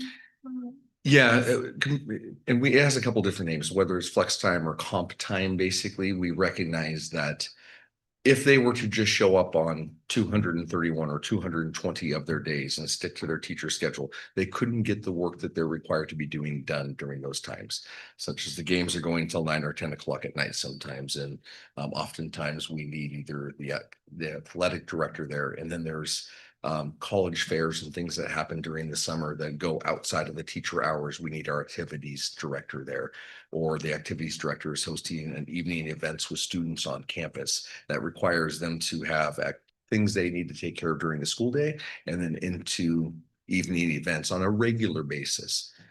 All of our staff members have to do things occasionally in the evenings, whether it's open house, back to school night, things like that. These two positions are ones where it's extremely common to go beyond the teacher normal hours of the day. Just a question, Curtis. So that could take two forms, right? One form it could take is if I work 10 hours today, then I've worked 3 more hours. And another form is if I work 10 hours today, I could come in 3 hours late tomorrow and hence flex my time. Correct. That is exactly right. So we have these also fall under TOSA categories. These two positions, we call a lot of positions in our district TOSAs. And what happens with the TOSAs is we do have that flexible time, or the comp time, however we want to call that, where I'm doubting that our current athletics director is going to be here at 8 o'clock in the morning tomorrow after the 10 o'clock game tonight. He'll probably show up about 10 o'clock, 11 o'clock, unless there is an activity that needs his attendance tomorrow morning. So we do allow for that. The people in these positions work with the administration on the campus to agree upon their calendar and keep track of this as the days go on. Any other questions? Angela? Adriana? Yep. I do have a question. So let's say that they've met their 220 days and there's an event they need to be at. What happens then? So we have a few different methods for that. So if they've already worked their days Yeah. and there's something else, we have extra hours that we pay our teachers. PRs come through constantly for things that need to get done that we know our teachers step up and do, and our staff members do. So approval process goes through their supervisor. We call it a PR form, comes through HR, we sign off on it, and it goes to payroll to pay them their extra hours for their whatever agreed upon rate, depending on what the activity is. Okay. So it's a pretty straightforward process. It is. Doesn't take any like congressional legislation or anything No. to get some overtime. No, it takes what budget is it coming from and approval from your supervisor. Thank you. Okay, I'm going to open it up to public comment on this agenda item. Welcome, Cassandra. Hello, Cassandra Quayler, second grade teacher and community member. I guess your question was one I was going to ask, but then are they forced to do those extra hours, or could they say no? If we got to graduation and they had done their 220, can they say, I'm done, those are my work days, I don't want to take the extra hours? It's a question I have. I guess you don't have to answer, but that's just a question I have. Okay. And then in other districts, I was just wondering what their days are like, because my mother used to be the activities director here. She was a much, much loved person in our district. My mother, the one that took me home when I didn't have a home in middle school, my teacher. And her and I were talking about this, and she doesn't think it's really feasible. She doesn't understand why. And so we were talking about other districts. So I was just wondering what they do around here, because in the past, we moved, I think it was activities director to like part-time assistant principal, and it all fell apart. So I feel like taking away days could be an issue. And if they're done, I feel like they're done. Could they be forced to, if they say I'm done, I don't want to do graduation, my 220 days are up? Thank you. Curtis, could you respond to those questions, even though That's this my public ability. comment? Yeah, So respond. Thank when you. we're making our calendars, or when any position in a different setting role, such as I'm not a 185 teacher working my calendar days, here's my academic calendar. When we're working outside of that, the 210 calendars, the 220 calendars, the 231 calendars, we look at the events we start with our must do's, like I need to be here, I need to be here, I need to be here. And then I start planning out the rest of the events that are happening. Those are the conversations that happen with the school administration. And at the same time, it is kind of what's going to work, what's not going to work. So we've been having that conversation with TOSAs last year when we took some of them from I'm gonna mess up the days on this, 205 or 210 down to 195. We're having those discussions right now this year with, I'm a little worried about I might run out of a couple days, and then in comes the PR and the extra hours time thing. But again, we start with our have tos. These are the things I absolutely have to be at. Is my time going to work? I have not directly been involved with the conversations that have happened, but what I'm hearing in the conversations is that we do think 220 is doable in this. And to answer your questions regarding the other districts in the area, little apples and oranges, everybody does it slightly different. So a few of the districts in our surrounding areas, it is a teacher contract with 185 with a stipend for extra stuff. Little open-ended. You have no idea how many. I'm getting this much more money over my normal 185 calendar, but I'm responsible for doing all these things. That's not the norm, but there are several in our area that do that. What the norm actually is right in that 205 days. And when we were looking at our 231, we realized that's quite a shock going from 231 to 205. And again, to the historical reference of our district is, how do we get up to 231? We know the hybrid model didn't work of having somebody be the assistant principal and do this. That was a lot. So we again looked at that. What is a happy medium to bring it down to 220? Because 231 was heads and shoulders above anybody else in our area. Okay. Is there any other public comment? Please step up to the podium, Chris. So just have a couple of clarifying questions. We were flying an assistant part-time athletics director's position at the high school. Are we looking at these adjustments? Are we anticipating a financial savings compensation based, or did we reduce the days but not comp? When we do overrun, are we then looking at overtime pay that could exceed what the 231 is currently paying versus what the 220 pays? And are we still looking to add an assistant athletic director that would then take the total compensation for that job's performance to be greater than what we're currently paying a 231 athletic director? I do know participating at being on the coaching staff at a competing high school for sports, I'll leave that alone and won't mention it again. But I do know that our athletic director was at 231 at another high school here locally, and very similarly was unable, as that being his sole role, complete his duties in that time frame. And there were some additional compensations that were then applied. So kind of a multiple question to the same question. Where does this put us comp-wise for the role? When we do overrun, how does that adjust it? I think I threw like 5 questions out there for you. So I forgive you because I don't even remember all of them. I think I have 3 of them remembered here, so but I'll give it a shot. Okay to respond? Of course. Okay, thank you. So let me get back to this for a second. Yes, the assistant athletic director is actually a stipended position that exists every single year. So it's already accounted for in our stipends, regardless of whether this moves from 231 to 220, wherever it goes. So that is a known cost at all times during the school year. So the assistant athletic director position exists. So on the stipend list for the teachers. The next question is financially, did we look at this? Yes. What we looked at, because that's a fixed cost regardless of what we do, that position exists. When we looked at this, what happens is they are paid at their daily rate for the extra days. So you have the base teacher contract of 185 days. And when we go to 231, it simply adds those extra days on there. So if for some reason, either one of those 2 positions says, hey, I need 221, I'm going to need 1 extra day to do this, it would simply be the daily rate. So it wouldn't go back over. It doesn't go into overtime because it went over the 220. It just goes into another daily rate of the hours we're putting in. I think I got 3 of them. Can you remember 4 or 5? That's close enough. Okay, perfect. All right. Okay. Is there any other public comment? Nope. Okay, seeing none, I'm going to close public comment. And now it's to final comments or thoughts from board members. I'll start with you, Adriana. Okay. Yeah, I have a little something written down. Okay. So initially when I looked through the agenda, like before the meeting, it definitely caught my eye. Just because I know the programs that these 2 positions are in charge of directly impact students. The student experience, arguably like the high school experience.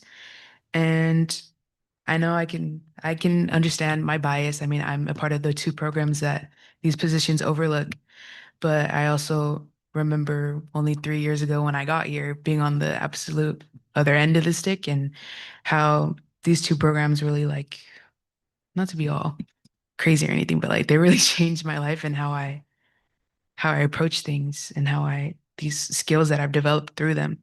So I'm not necessarily asking for a passing or rejection of the resolution. I just found it necessary to use my voice as the spokesperson for our student population to bring it up and not just pass it through the consent agenda. Just bring it up to solicit a deeper conversation. Yeah. Thank you for entertaining it. Thank you. Thank you. Rick, do you have any comments? I just want to thank Adriana. She is so brilliant and for the insight and advocating for the students. Again, brilliant. And that's all I have. Thank you, Rick. Martha? Adriana, I'm so glad you pulled it because I wanted to have this conversation too. And it was really good to hear all the dialogue that we had to kind of understand it. I just know in the previous, like you mentioned, the previous roles, we've seen how it's affected the programs and the students. And right now it's been pretty solid. It's pretty solid. And I've seen some really good things happening. So just want to say that. Thank you, Martha. Angela? But I'd love to see our students advocate. Reality about this, I'm putting my faith in admin and I'm putting my faith in the teachers union that this has all been discussed. Because when we start doing all these hours, yeah, I want to put my 2 cents in, but it seems like this is the issue between the admin and unions. So I'm just telling you how I feel. We can always come back next year if it doesn't work out and we need more. So, yeah. Thank you for explaining that to me. Yeah. Adriana? And thank you, Adriana, for bringing it up. I think it's important for us to hear the student perspective. And I think that you made it clear that it's not about eliminating anything for our students. It's just you all made an assessment that it wasn't needed and that if needed, there's other options to add the extra days or extra activities. And I'm glad that there's an actual discussion of what's priority and what's a must throughout the jobs, because I think that is also helps us prioritize where do we need to be and when do we need to be, and not just when there's nothing around or it's not necessarily those days could be saved for when it's necessary. So thank you for explaining because that's helpful for everyone. Of course. I guess my only final comment is that we're talking about a pretty small amount of money. I don't know what their daily rate is, but I was thinking, if it's $500 times 11 days, that's $5,500. If you're talking about 2 positions, you're talking about $11,000. And in the scheme of things, that's a pretty small amount of money to disrupt 2 positions that have been here for a really long time. I've told you this before, Matt, so it's not a surprise. So that's really my only concern.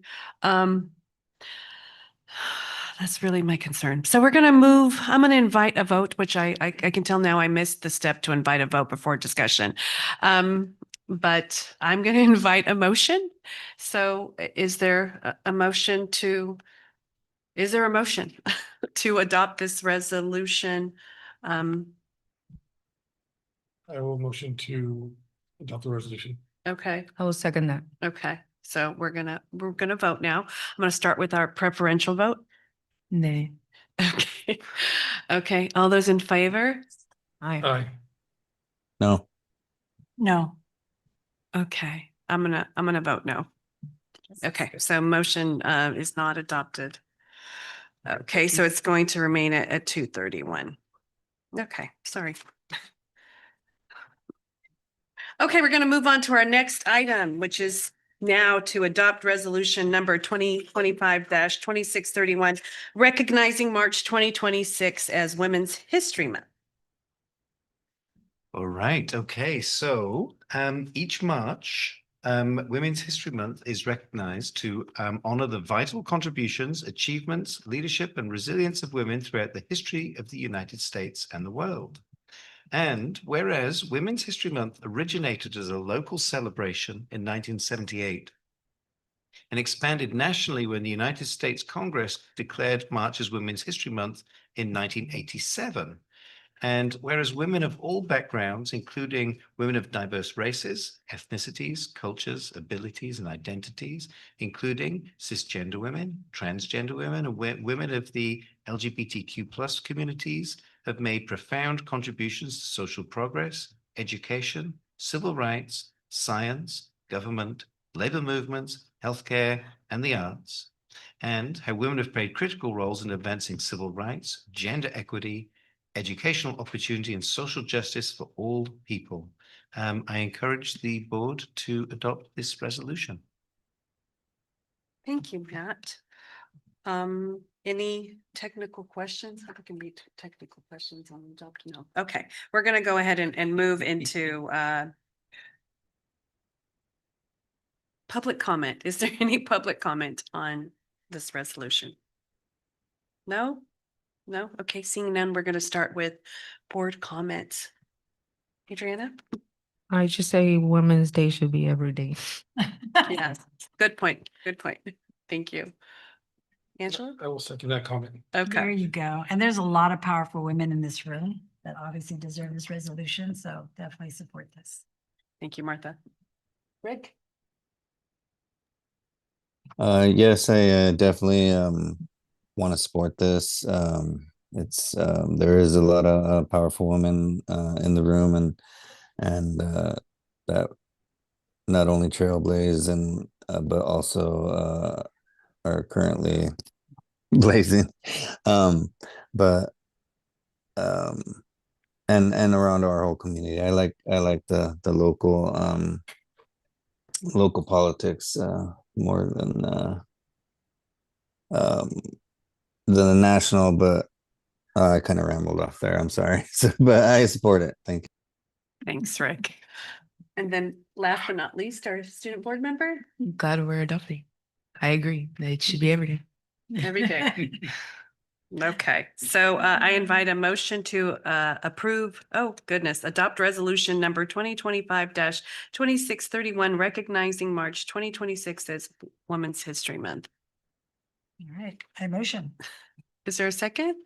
1 second. Okay, all those in favor? I'm sorry, preferential vote first. Aye. Okay, all those in favor? Aye. Okay. Aye. Resolution is adopted. We're going to move on to our next item, which is approve the second interim financial report and budget update period ending January 31st, 2026. I call up our esteemed business service support staff. You're not coming this time? No? Okay. Brenda's on her own. Brenda's on her own. You're always like, you know, you're like a duo, peanut butter and jelly.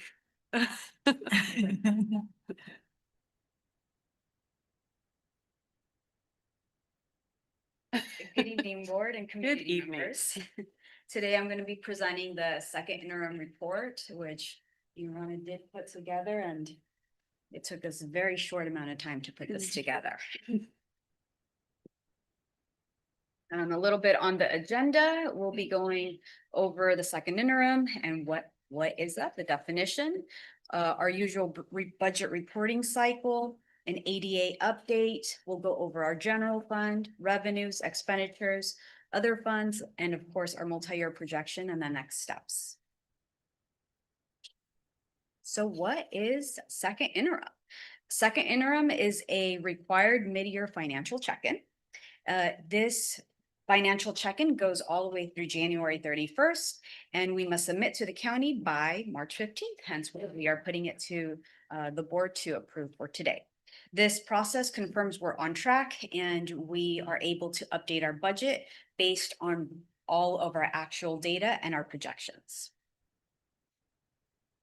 This is our budget reporting cycle, which you have all seen, and my little handy dandy arrow there shows where we are. We are currently in second interim, and so the next step after second interim, believe it or not, is unaudited actuals. That is just around the corner. And when we are working on unaudited actuals, we are actually at the same time going to be working on adopted budget, which both go hand in hand in in the numbers from unaudited actuals, of course, impact our adopted budget. So this will be the last interim report before we go into our closing. Okay, looking at ADA. So as everybody knows here, ADA is the most important driver for funding for a school district. Now, we did have a shift between first and second interim. So from first and second interim, our ADA did drop slightly. Of course, that means it impacted our LCFF. The impact was not as grand as we, as the big hit that we received in first interim, though. This one was only about 135,000 in terms of the decrease. I do want to point out something that I think is important and relevant, and we will see this play out in an audited actuals. One of the things that is not calculated in our second interim ADA is the calculations that we will be receiving from the ADA mitigation or ADA recovery that we are currently doing in our Saturday Academy. I'm sure you have all heard that we are doing recovery not only in our Saturday Academies, but we're also doing that through our independent study program that we have been launching. And these numbers are only through December 31st, which is our P1 data. That means that there is a possibility that with that recovered ADA, we may actually go from second interim at 3940 to potentially go back to those first interim numbers at 3945. Now, for me, it's really hard to project because this is the first time we've done this, and I don't have any historical data to be able to project out, but I'm hopeful that it will at least bring us back closer to where we are in first interim. Now, in this slide, you'll see the general fund budget, and I broke it out between unrestricted and restricted funding. I'll highlight the main changes for each section. So let's start with LCFF, with unrestricted and LCFF. As I mentioned just right now, we had a slight reduction due to that ADA drop. We also updated our projections for unrestricted lottery. In addition, our contributions increased, and this is largely because we had higher expenses due to the certificated increase. But I'll discuss that a little further when I get to expenditures.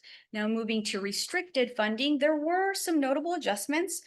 Title I funding, we had a slight increase. Not a huge, not millions of dollars, but 39,000, I will take that. And we also received about 45 in the Chase grant, which is also a restricted program. Probably the largest shift in our restricted funding actually came from our unrestricted, which is our routine restricted maintenance account. And so what happens is we are required to have a 3% amount in our routine restricted maintenance. So anytime that we have changes, we have to make sure that we are meeting that. And so there is a bit of a shift from adding enough expenditures and also then matching the revenue in our routine restricted maintenance to meet that 3%. This is a visual representation of our streams of revenue. So as you can see, the image shows us that the vast majority of our funding comes from LCFF. That's where our numbers come from, or that's where revenue comes from. Now the second one is state revenue, and you can see from the coloring that that darker blue represents that restricted side of the budget, right? One thing that I'd like to point out is that darker blue all the way on the right-hand corner, which is our transfers ins. And so those transfers ins are our contributions from our unrestricted programs into our restricted programs. So that means that it turns from that light blue of unrestricted right into that dark.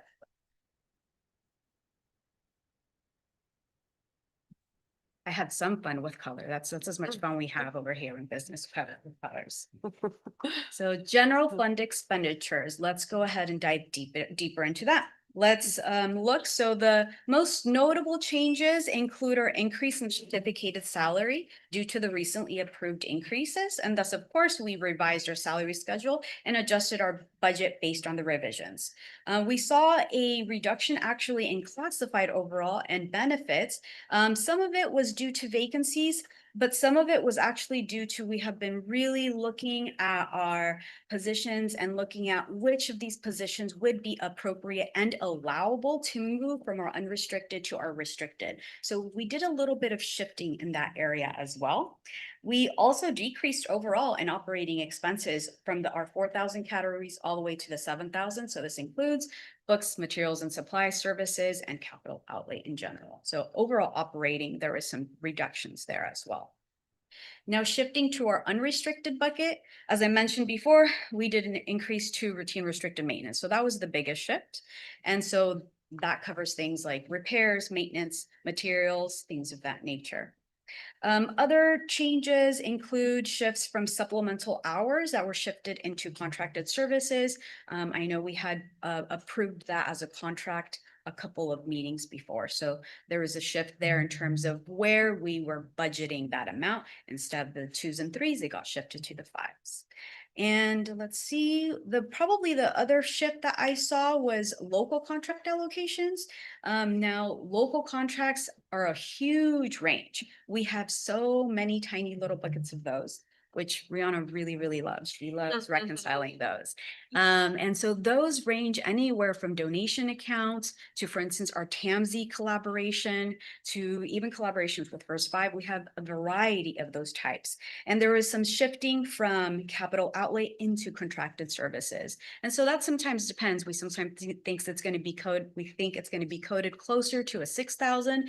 And then we do the math and realize, no, this is really going to be closer to a contract service. And so it was just a shift in where it was being budgeted. There we go. And so this is once again that visual representation. So you can see those certificated salaries are mostly, that is where we are spending our dollars for the most part. And that makes sense. We are a school district. And it is coming from that blue area, that lighter blue, which is our unrestricted funds. And then classified and benefits, our people are, of course, our greatest investment. Oh, one thing that I do want to point out is that just to notice that in books and contracts, you will see that that darker shade is actually a majority of that budget. So one thing that I want to note there is that in our restricted side of the budget, we budget the entire amount. So sometimes they'll give us, for instance, a restricted grant and it's meant for services, or it's meant for instance, books and materials. And so we'll budget that full amount. And so that is why our materials and services and things of that nature tend to be higher in the restricted area of the budget. Okay, our general fund balances. So this is the current budget balance for our general fund. In comparison to first interim, the ending balance has actually increased by about 800,000, meaning we have made both reductions as well as some savings from all of the different areas that we have just spoken about. In the restricted side, you see that it's zeroed out. So once again, I just said that a second ago, that we budget the full amount. So just because you see an ending balance of 0, that doesn't necessarily mean that's what the actual amount will be. It's just that this is our current budgeted amount. Oftentimes in restricted, we have multi-year programs, and so we will have a balance. It's just that we have to budget the full amount out. And just to give you a little bit of context, I took a look at actuals, and for actuals and unrestricted, we're actually only at about 40% in terms of spending. So that shows us that there is a potential for there being some remaining balances in our restricted buckets.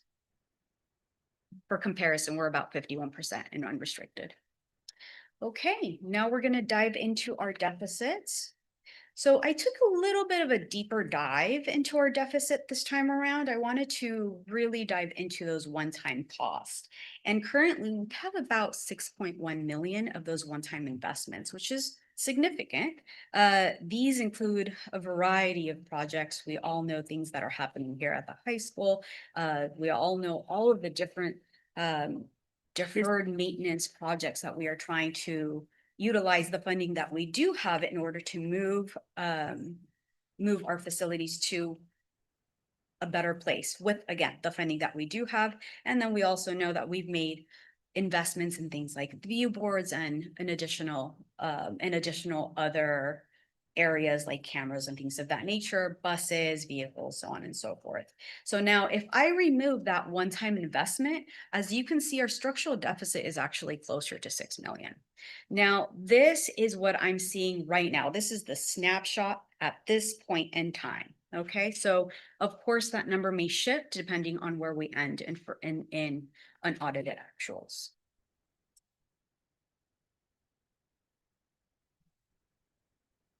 Moving to other funds. So as usual, we have other buckets of money. We, for the most part, besides Fund 14, which is our deferred maintenance, and Fund 40, which I'll say one more thing about, which is our capital improvement bucket, and then Fund 56, which is for our COP. Those buckets are the only buckets that encroach in our general fund. All of the other buckets, adult education, child nutrition, child development, they actually are self-funded, so they do not encroach on our general fund. So you'll see that beginning balance, revenue, and expenditures balance out. Now, we do have some more money that is actually flowing into our Fund 40. We haven't designated it, so we will have to talk about that, but there's a little bit of a balance there that we will probably be able to utilize for our next fiscal year. So moving to our multi-year projection, you'll notice that the slide is formatted just slightly different than I had done before. And I did that intentionally to highlight a couple of important points. So first, you will see that we do not carry a reserve in our restricted bucket, and that greenish, yeah, I'm going to say that's green area. However, we do carry it in our unrestricted. So I mentioned this because when we make reductions and it's tied to a restricted program, for instance, a restricted grant, it's easier for the public and even for us to understand that grant went away. So of course that expense went away, right? It's easier to understand. It makes sense in our brains.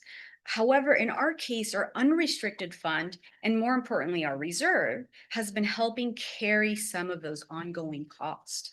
And so we have been spending down that reserve. And that is why it is critical that we plan those reductions, which you will see in the reduction category.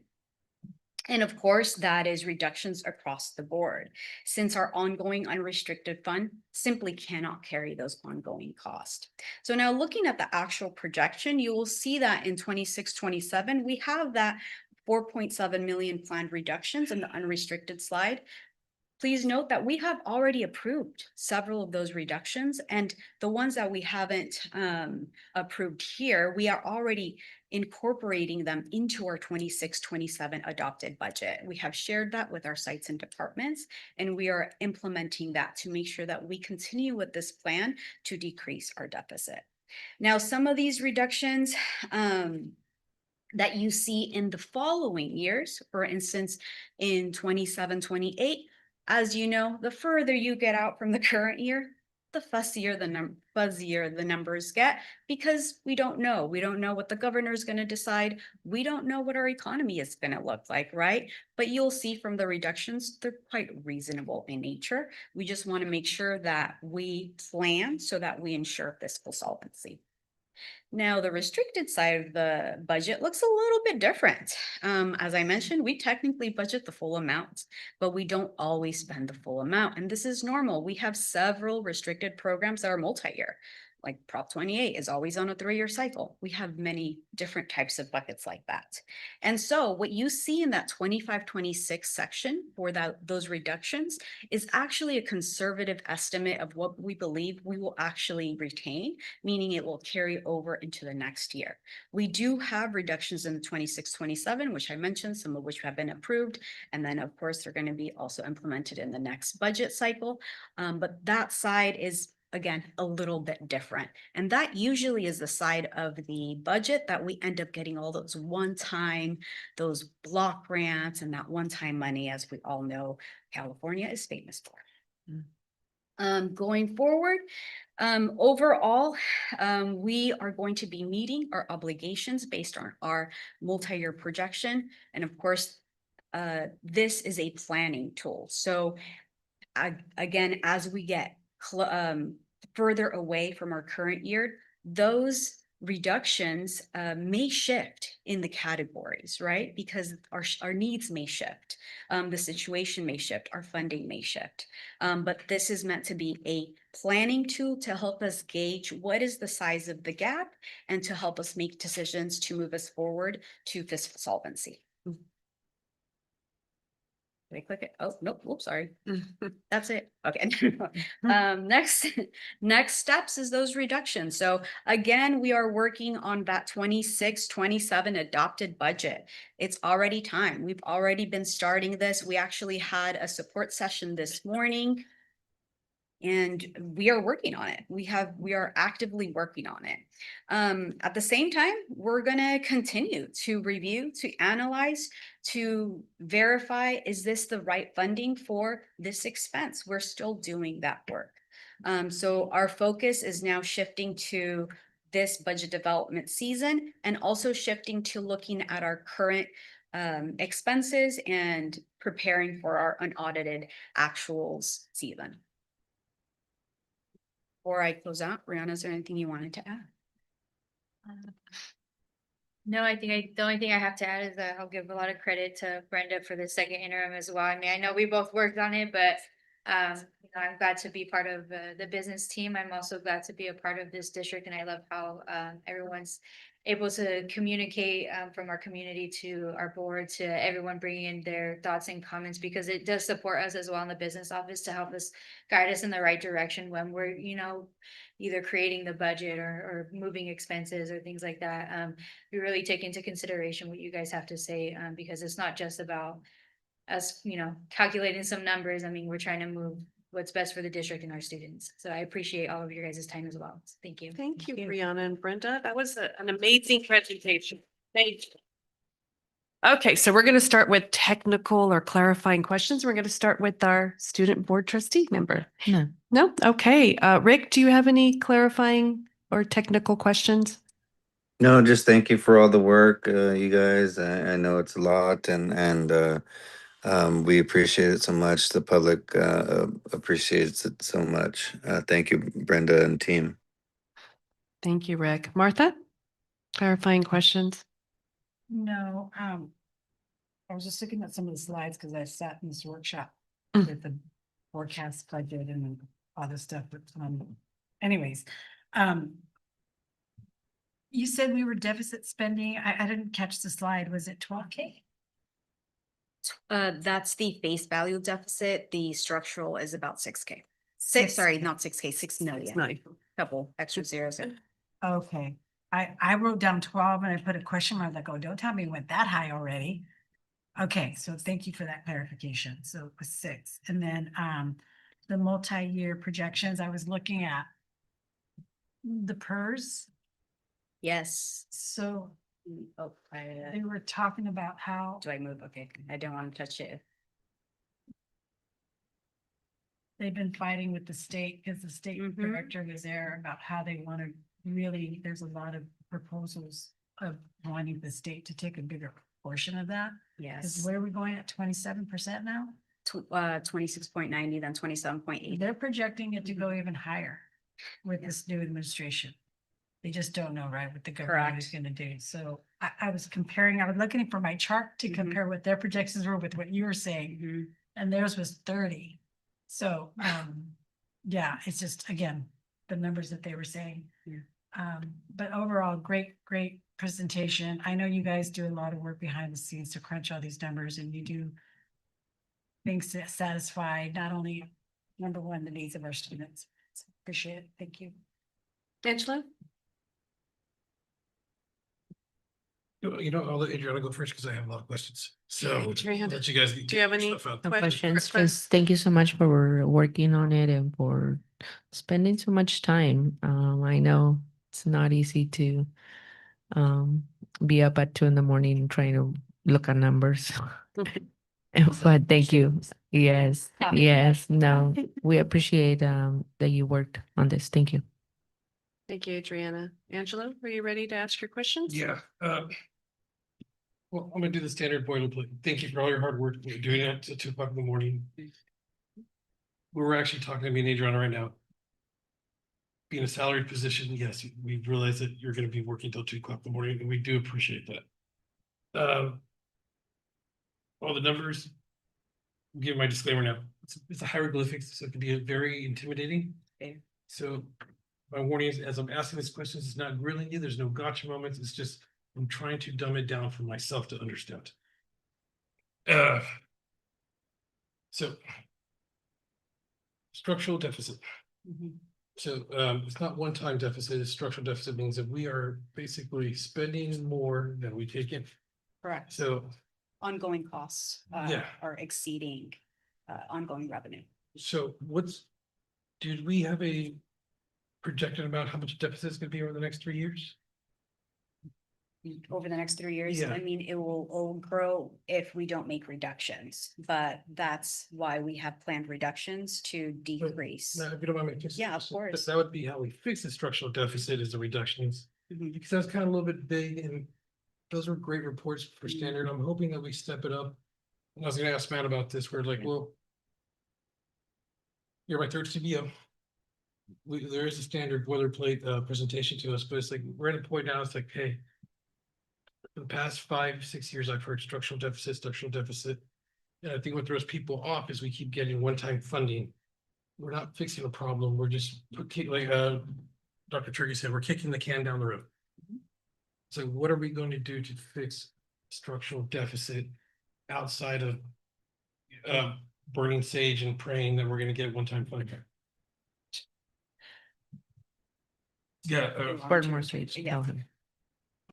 The plan in terms of the multi-year projection is to reduce the ongoing costs. The only way to reduce a deficit is to either increase revenue or decrease ongoing costs. I mean, those are the only options. And so right now, in terms of our planned reductions, the planned reductions are reduction of ongoing costs because our revenue as of right now is not projected to So yeah, so go much higher. let's push that a little bit harder. Yeah, of course. Go ahead. So make money. Schools don't make money. So that's out of the back. So how do we reduce our operating costs? Is it, let's just call it out. Is it employees? Are we reducing, are we getting rid of programs? I mean, what's Both and it would have to be all three categories. So you have to reduce positions.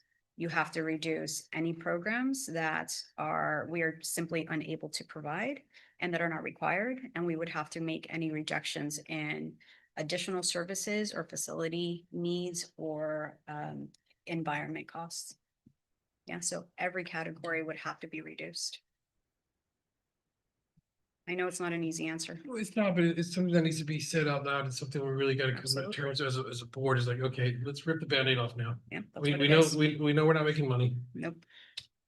We just did a round of layoffs. We need to make a decision here saying, hey, we have a 3-year multi-projection. We need to start figuring out our reduction costs like now for the next 3 years. In the event we don't get one-time funds.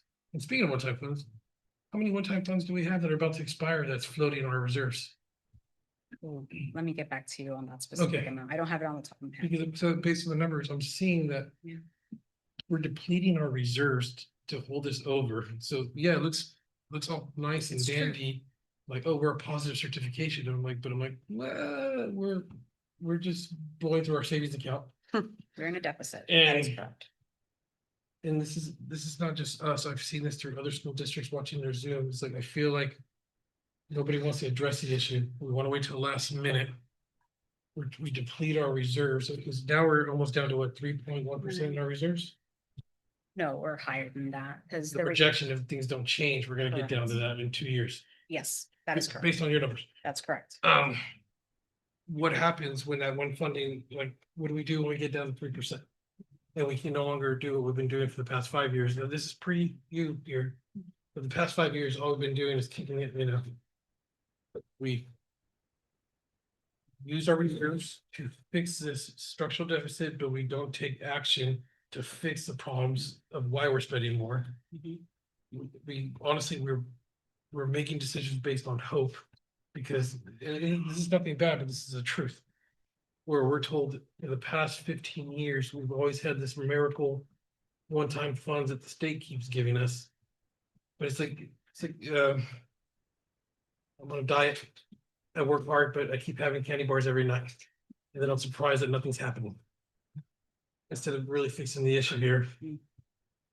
What are we doing to change that mentality as a district? Are we gonna come up with a game plan? And this is not just our district, this is endemic with every school district that I'm watching, because come layoffs, we're one of the lowest layoffs in this entire area. I'm hoping we can get ahead of that and start planning ahead so we can even be even lower. What's the game plan to get us out of structural deficit? I mean, are we kind of just, do we know we gotta talk about it, or do we actually have a game plan? Other than reducing costs? Like, do you know where you're gonna reduce it? I mean, give me more. Specifically. I mean, I'll jump in if I can. So, I mean, you've hit the nail on the head, right? And we're doing exactly what you said. Put bluntly, we've got two different options. Option number one is we look at our structural deficit, we ignore one-time funds, and we lay off a lot of people. That's what fixes the structural deficit, right? Option number two is we wait and we see, do we get the one-time funds? And we kick the can for another year using one-time funds. Those are essentially somewhere where. there is, and actually what we've been doing is actually somewhat a middle ground, right? We have been doing the middle ground. You'll notice, just as you said, the layoffs which we've had this year have been small compared with districts all the way around us. And that is actually by design. We don't want to lay off a bunch of people, right? And so we had small layoffs this year. We had small layoffs last year, okay? And because we do have a fairly large carryover, right? And California does have a habit of giving us one-time funding each year, right?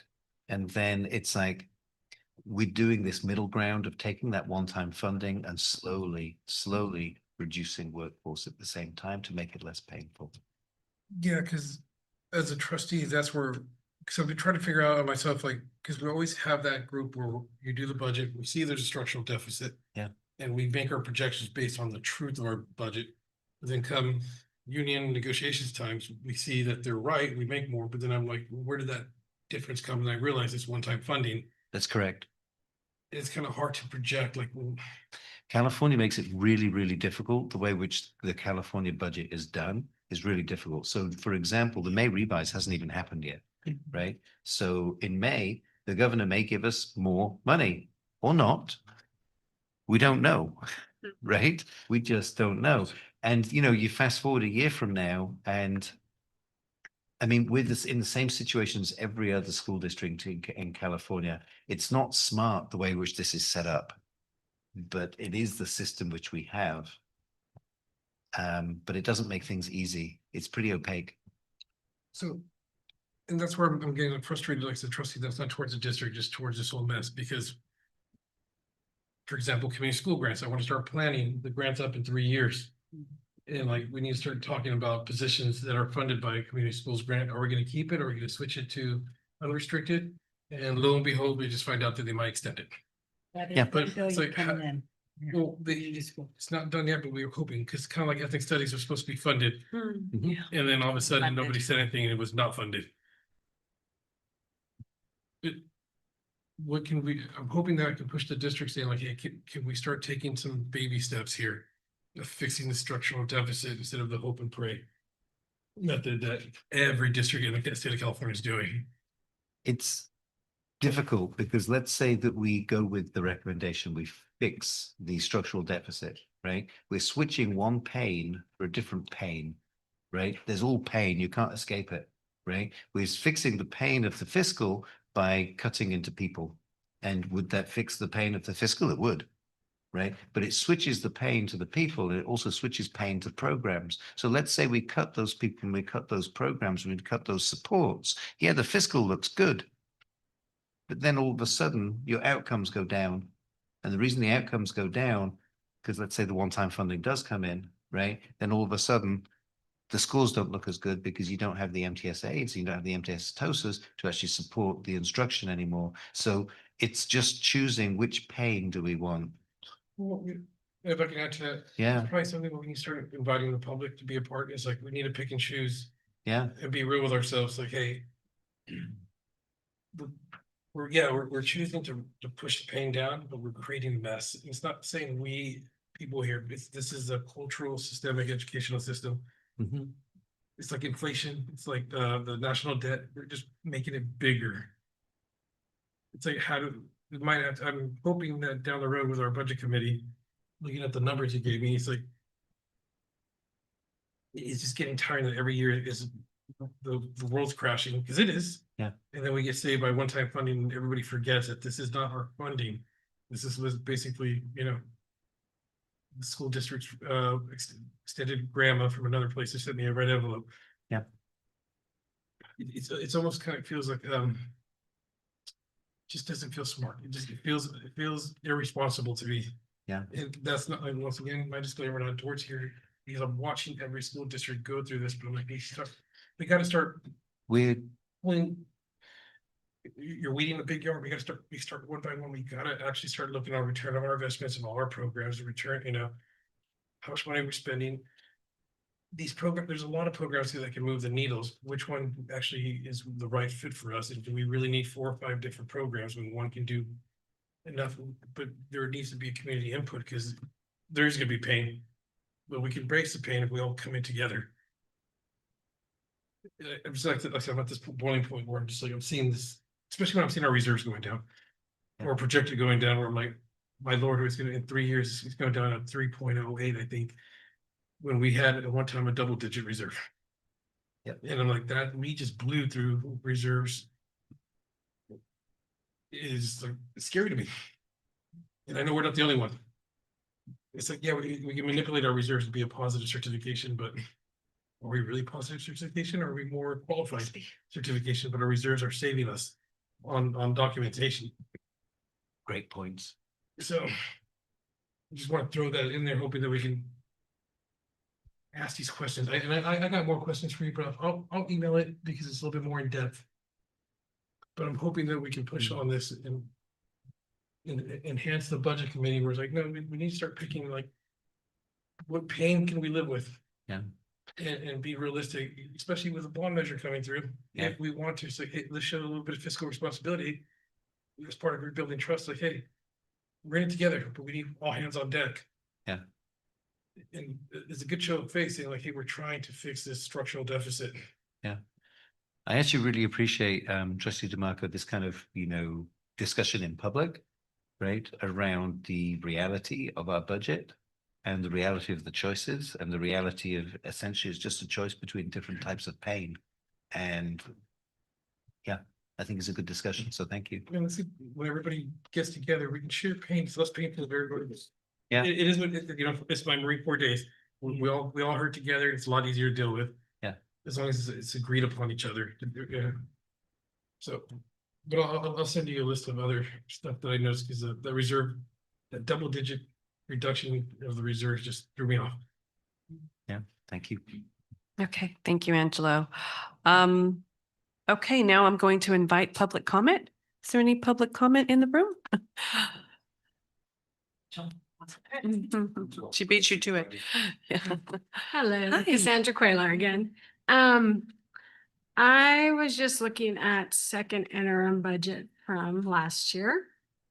And I was noticing that at this point, what we had spent on books and supplies and what we had spent on services and other operating expenditures is actually more than it is this year. So last year at this point, we had spent more on those two.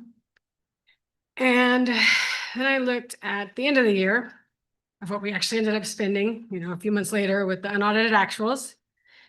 And it's overall 4 million less than we're planning to spend this year. So I just wonder why. Usually these budgets, I have them for years, follow like 50% of the money at this point, 25% of the money at this point. We are spending less this year than we did last year at this point, but we're expected to spend 4 more million this year than we did last year. So I'm just a little confused. Again, I have pointed out many times how the books and supplies grows massively, and then that's where we get our leftover money, our reserve. And I think also, I think that's just following the trend. We're spending less this year, but yet the budgets were raised massively in the books and supplies. And so why are we spending less at this point? We're supposedly going to go under way more or spend more than we did last year. It's just not making any sense again. May I ask a clarifying question of our budget people? Would you please talk about, if you would, how we have to budget our restricted dollars? One of the items there is, so our restricted budgets, and we did get some one-time restricted budgets this year, and some of them are significant, like 1.2, 1.2, 1.4. We have to budget the full amount. So let's say they give us, for instance, restricted lottery, you could only spend it on books. That's it. You have to budget the full amount in books.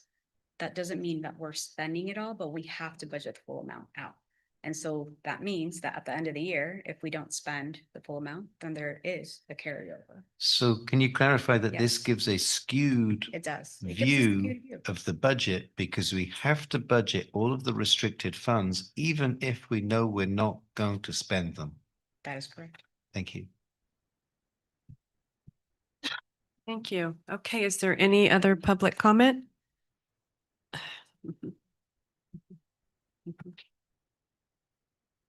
So I appreciate you guys referencing pain. I live it every day of my life. I'm in intense physical pain every moment from the point I wake up to the point I go to sleep. So I understand pain and how to share it and how to move it around. On that dour note, Brenda, I appreciate that you went dark mode for this this late in the evening. Thank you so much. It's much easier to read. So I've got a bunch of things here, but it's just further evidence, as I've said before, from a community perspective, that in the post-COVID times, we really do need to review positions and programs and how they may be stacking up. We have a lot of redundant layers. I've got a number of ideas on, what I see from my cheap seats sitting at Guile and Crane. We'll leave out the preventative maintenance bit, and I'm just going to go to my last point. Honestly, it's my ongoing hope that we need a dedicated grant writer to leverage what we can to fill some more of these buckets. I think having, even though, yes, it would be a new position, a new expenditure, having somebody dedicated to writing grants and understanding the process of writing grants, even if we have to train somebody up that isn't already well-versed in it, gives us less reliance on one-time funds and more leveraging a lot of community programs where they're looking to throw dollars at kids. So those are the kind of things that can help us wean off of those candy bars a little bit and look more towards, going down to the market and picking up some fresh fruit. So I will reach out with the rest of that budget stuff at another, the preventative maintenance stuff at another time, because we've already talked about a lot of that tonight with Prunedale stuff. So thank you. Thank you, Eric. Public comment?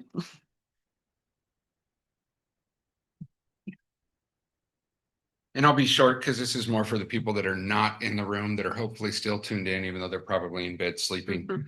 As a community,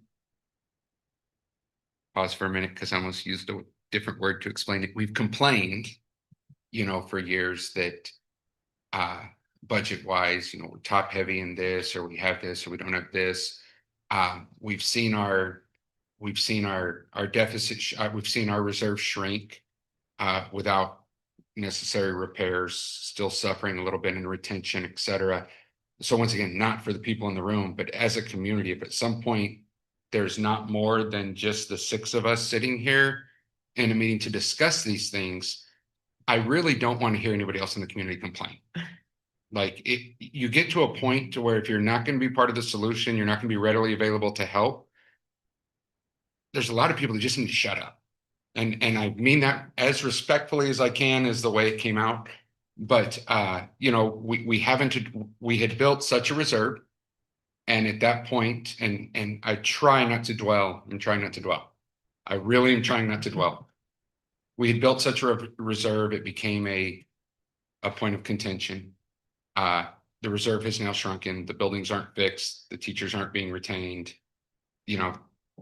We haven't addressed the things, but now the money that we complained about having set aside isn't there. And I kind of said it to say that I hope that that's the correlation that we can see. And I say as a team, because I'm hoping that we're all in this together, but I'm hoping that that's the correlation that we see when we start to talk about some of the lacks of trust and the lacks of faith that really do not have much to do with anybody in the room, but just what as a community we've seen happen, that we're now where we're at.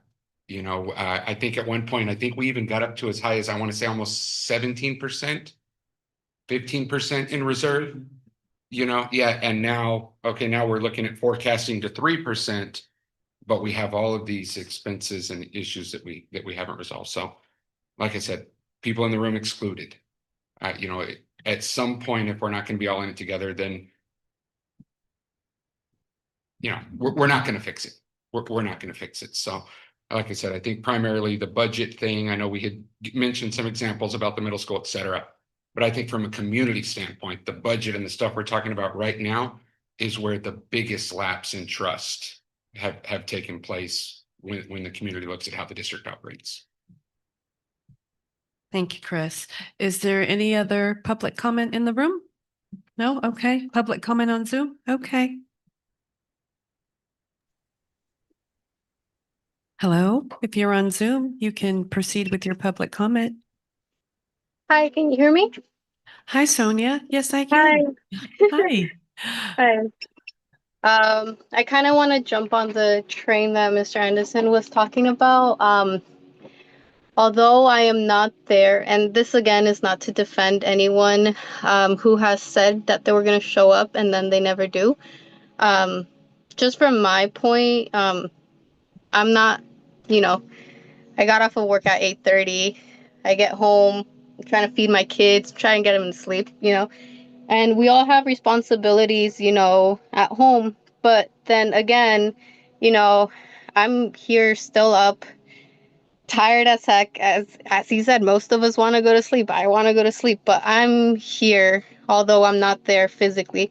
Like, we just need to get together as a community and, really talk about this, because it's like, looking at these numbers, it's like, talking about the supplies, it's always a struggle towards the end, being like, oh, we're running out of money, but we need pencils. And then it's like, we need to, get together as a whole and, make those important decisions of where to spend that, money, and where, we can actually cut without affecting, the schools themselves. So yeah, I just wanted to say that, we need to get together. Thank you, Sonia. Any other public comment? Nope. Okay. So now I'm going to invite a motion to approve the second interim financial report and budget update period ending January 31st, 2026. I move. I invite a second. I'll second. Okay. Now we will move on to discussion. Adrienne, I'll start with you. Do you have any final comments or further discussion on this agenda item?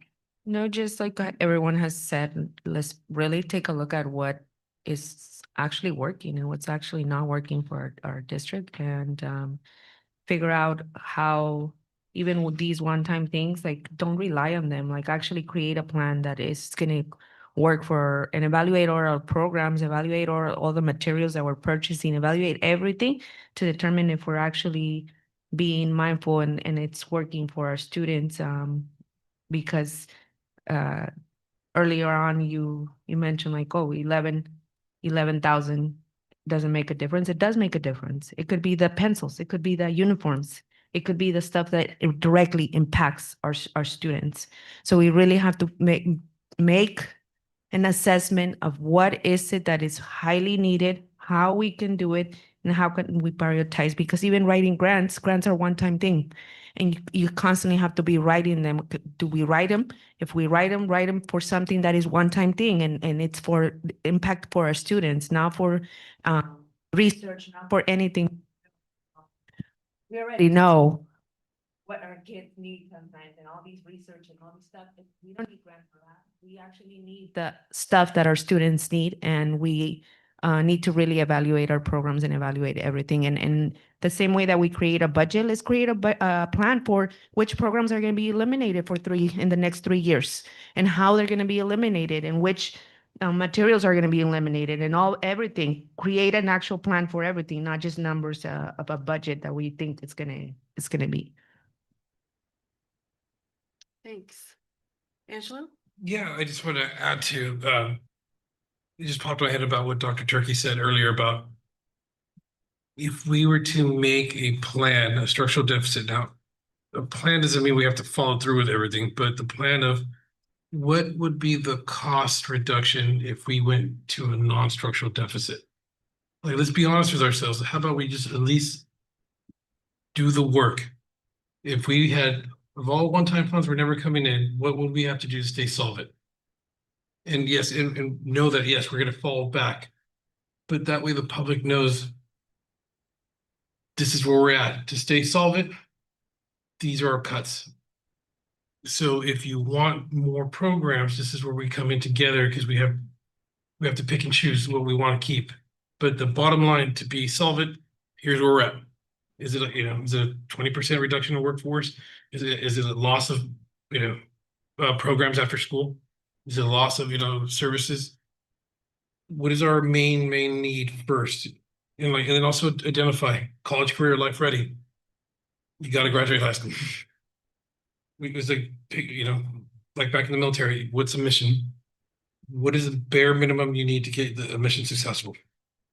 I think a lot of times what I've noticed here and listening to other school districts, we confuse nice to haves, like to haves with we must have, and we should at least identify the true.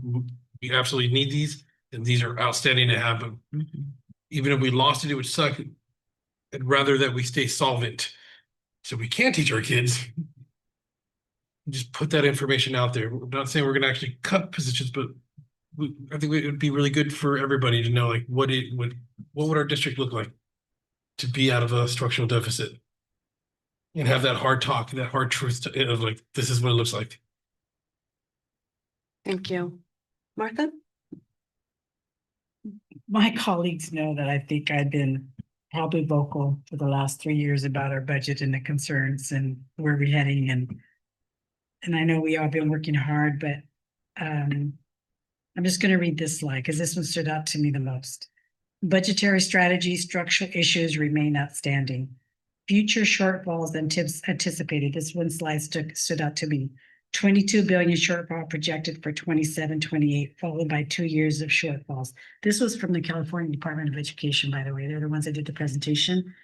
Future shortfalls not addressed in January budget proposal, because the plan to address future shortfalls will be included in the May revision. That's the hard part.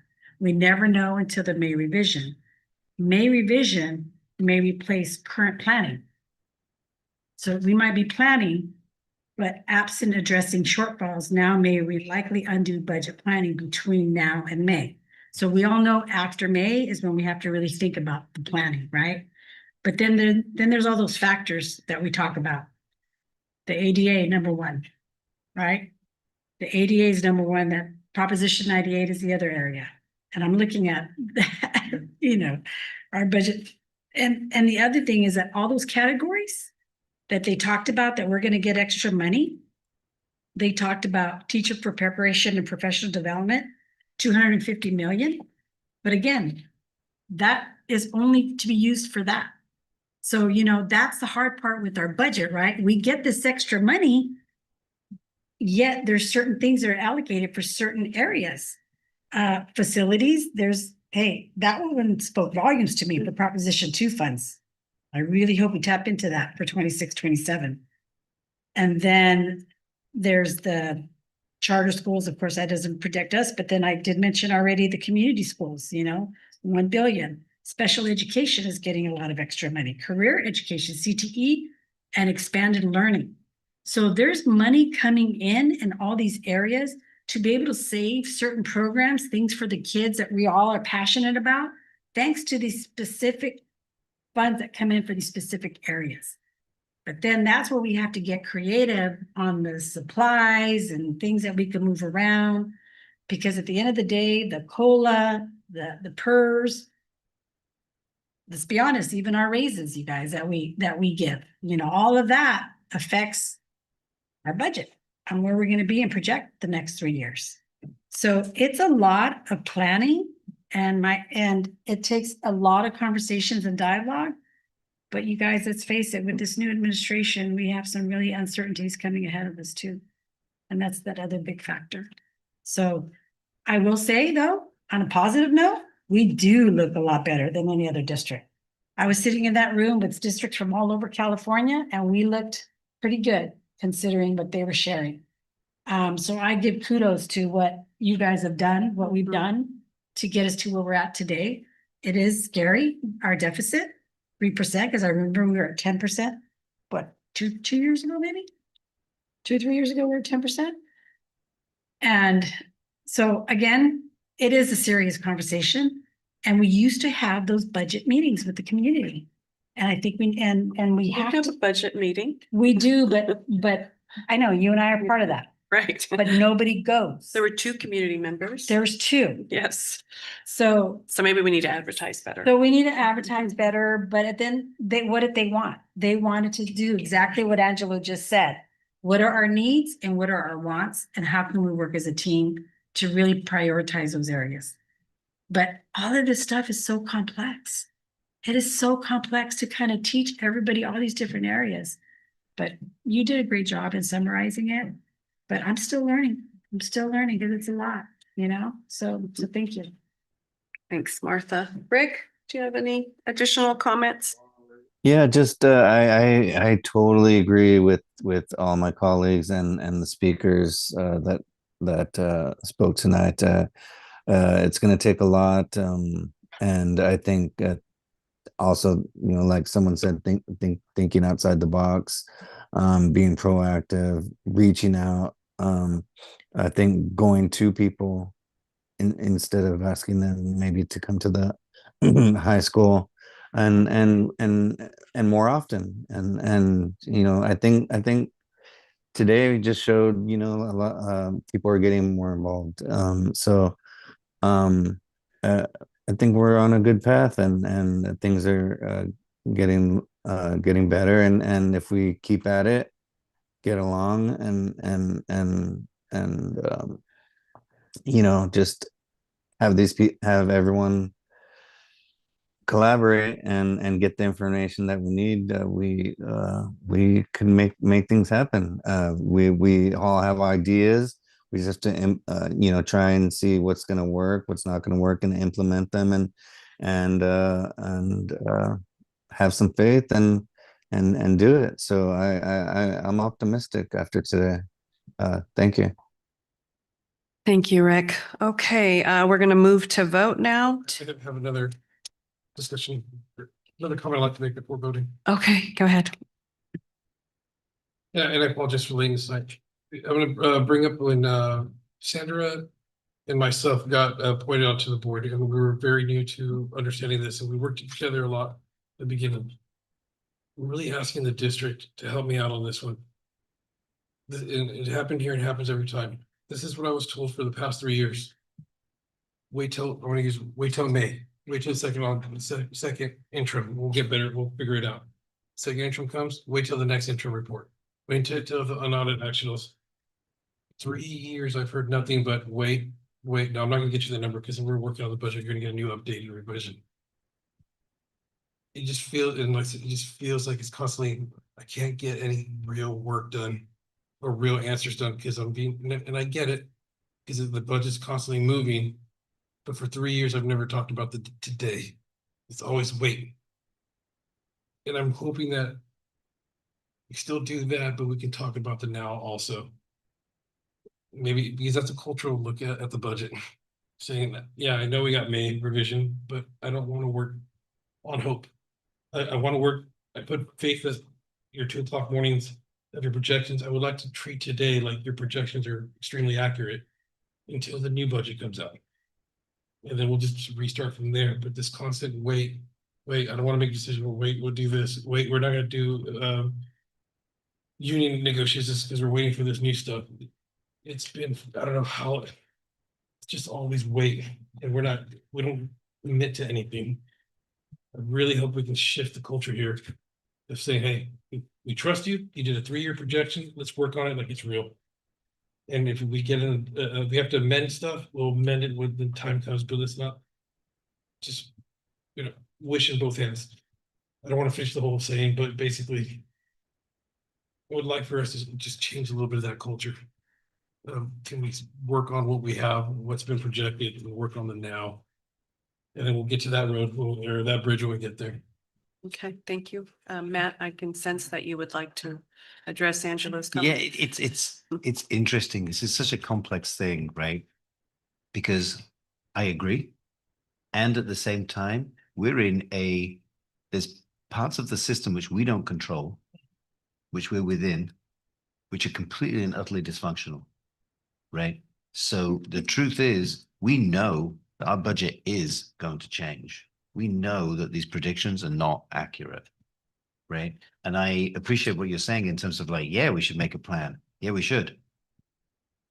And my worry about that is then it comes to May and the plan gets undone. And I also appreciate your point around, hey, we're always being told to wait. And I think it's indicative of the budget cycles in California, which is so predictably so, right? The change is predictable. I don't have a great answer to it. I know you don't. You know, because this is a cultural systemic issue in public education throughout the state of California. yes, So I mean, yes, it is. I'm not saying we're going to be one magical district that fix it, but boy, I would love to make a decision based on numbers I have for today, based Yeah. on the information that I have. So for it's today. interesting. In fact, Brianna, would you mind going to the multi-year projection? It's slide 13.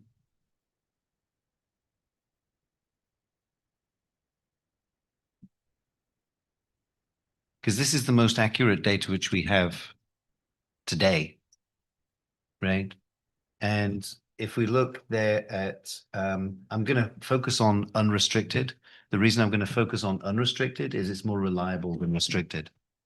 As we've said, we have to budget all of restricted, even if we know we're not going to spend it. And in terms of our budget staying afloat, we have to focus on the unrestricted dollars. So in unrestricted, you see 26, 27, and the reductions over there is 4.7 million.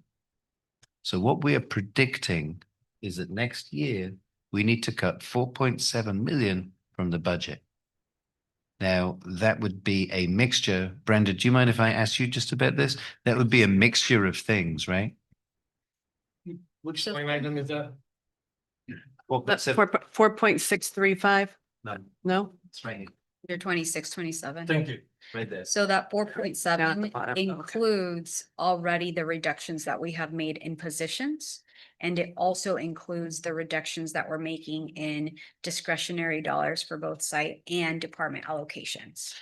So if I just want to take Angelo's kind of line of thought, right? Yeah. And say, okay, if these are accurate and nothing changes, we have to make $4.7 million worth of cuts next year, right? Yes. Those would have to be a mix of operational dollars and people. Correct. Okay. In terms of operational dollars, how slender are we? How much is there? For 26, 27. Correct. That is, I would say that is just it's bare bones. Okay. It's pretty bare bones. So I mean, the point which I'm trying to make here is if we keep that logic going, right? The kind of cuts we're talking about, 4.7 million. That's the number. And just to note that that would be bare bones for unrestricted, right? So for instance, if we got one-time dollars in restricted, then that would supplement anything that we can do. And that's what we don't know. It's the unknown factor. It's It the always unknown is every factor. year. So, I mean, another example of that is if we get more one-time funding, yes, that can fund some of those positions for a little while, but I share this because I hear what you're saying. yeah. But then I can also use that logic. Then why should I ever vote in support of a layoff since I can bet the farm that I'm going to get one-time funding? Yeah, I mean, I'm in agreement. I'm just saying, I mean, I just want to show kind of like there is a number there and it's 4.7 million. That's the number.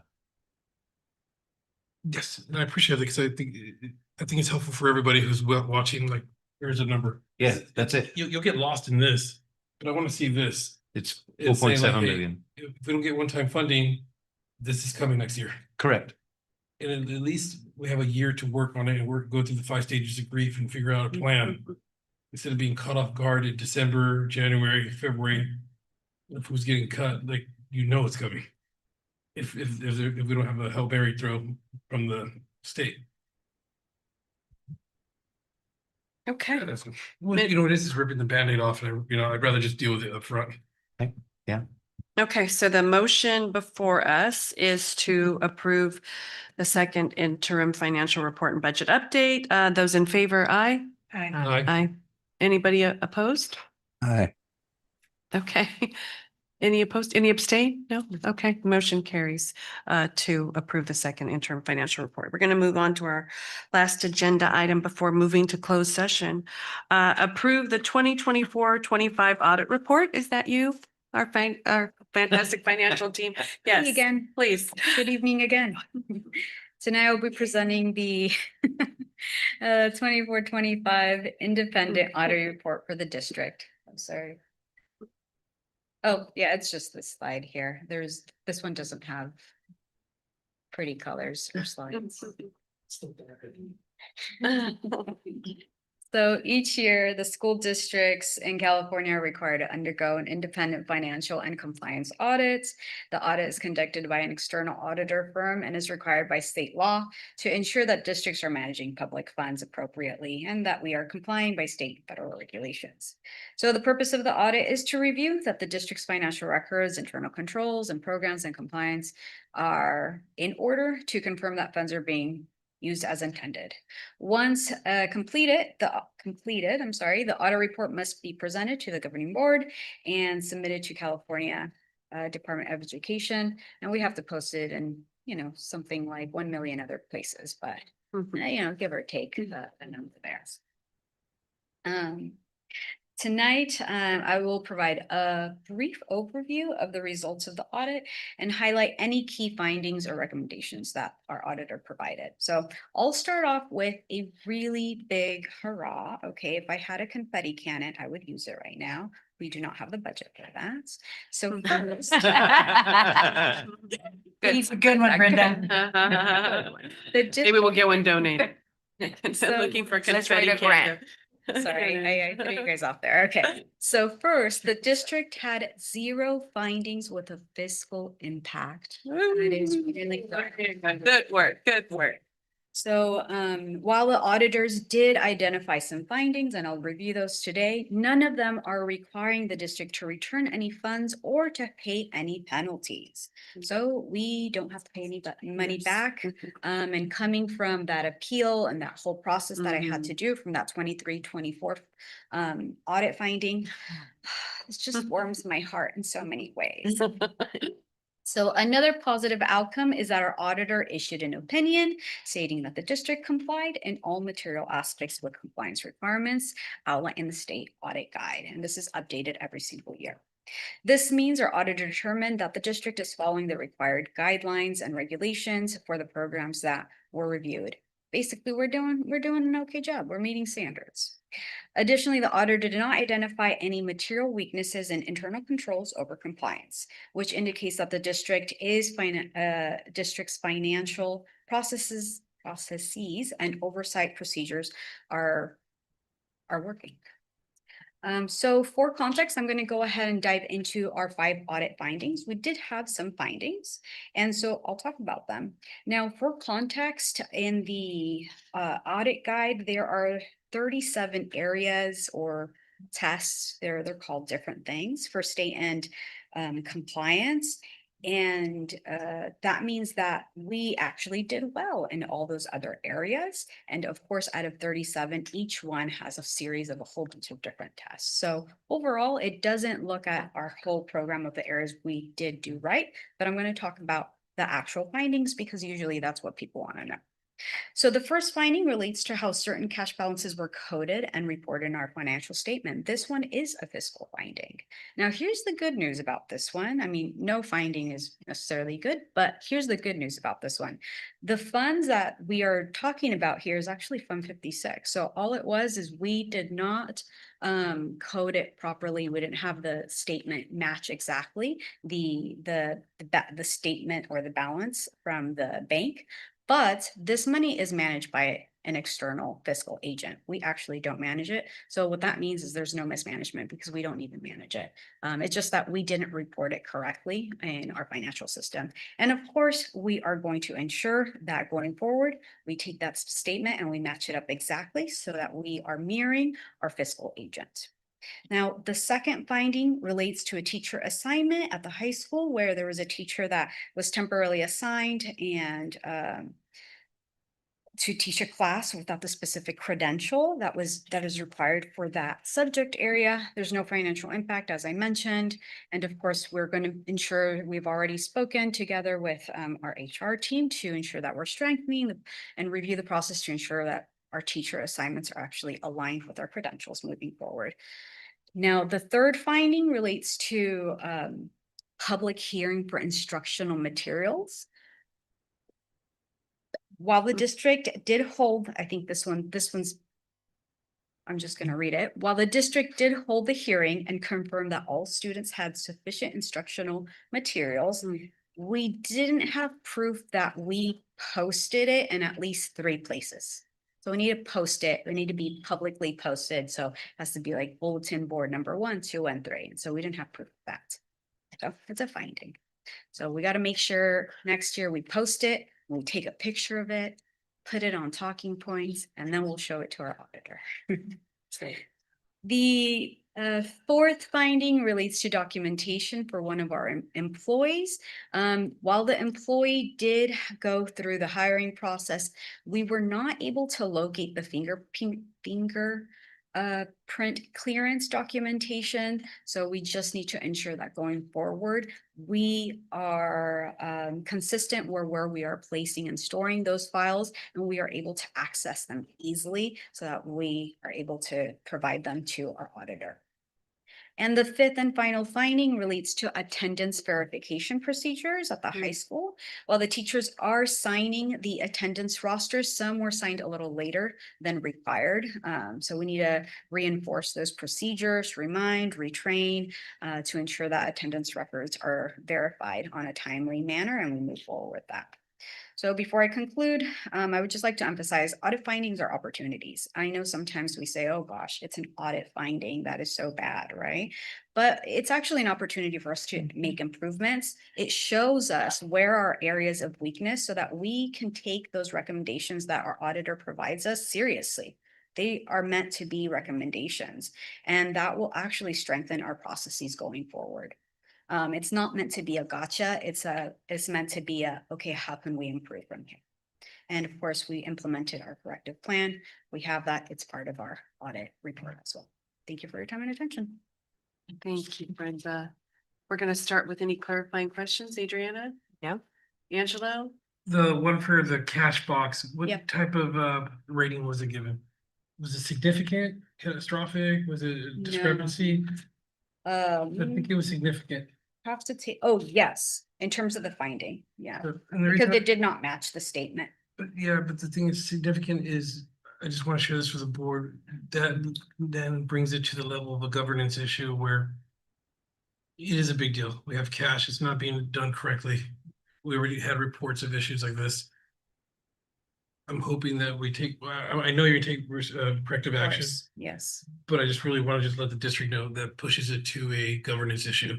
yes, Where we can, as a board, make policies and make this more through us instead of through you guys. I mean, I hope that we can work on this yes. and correct issues.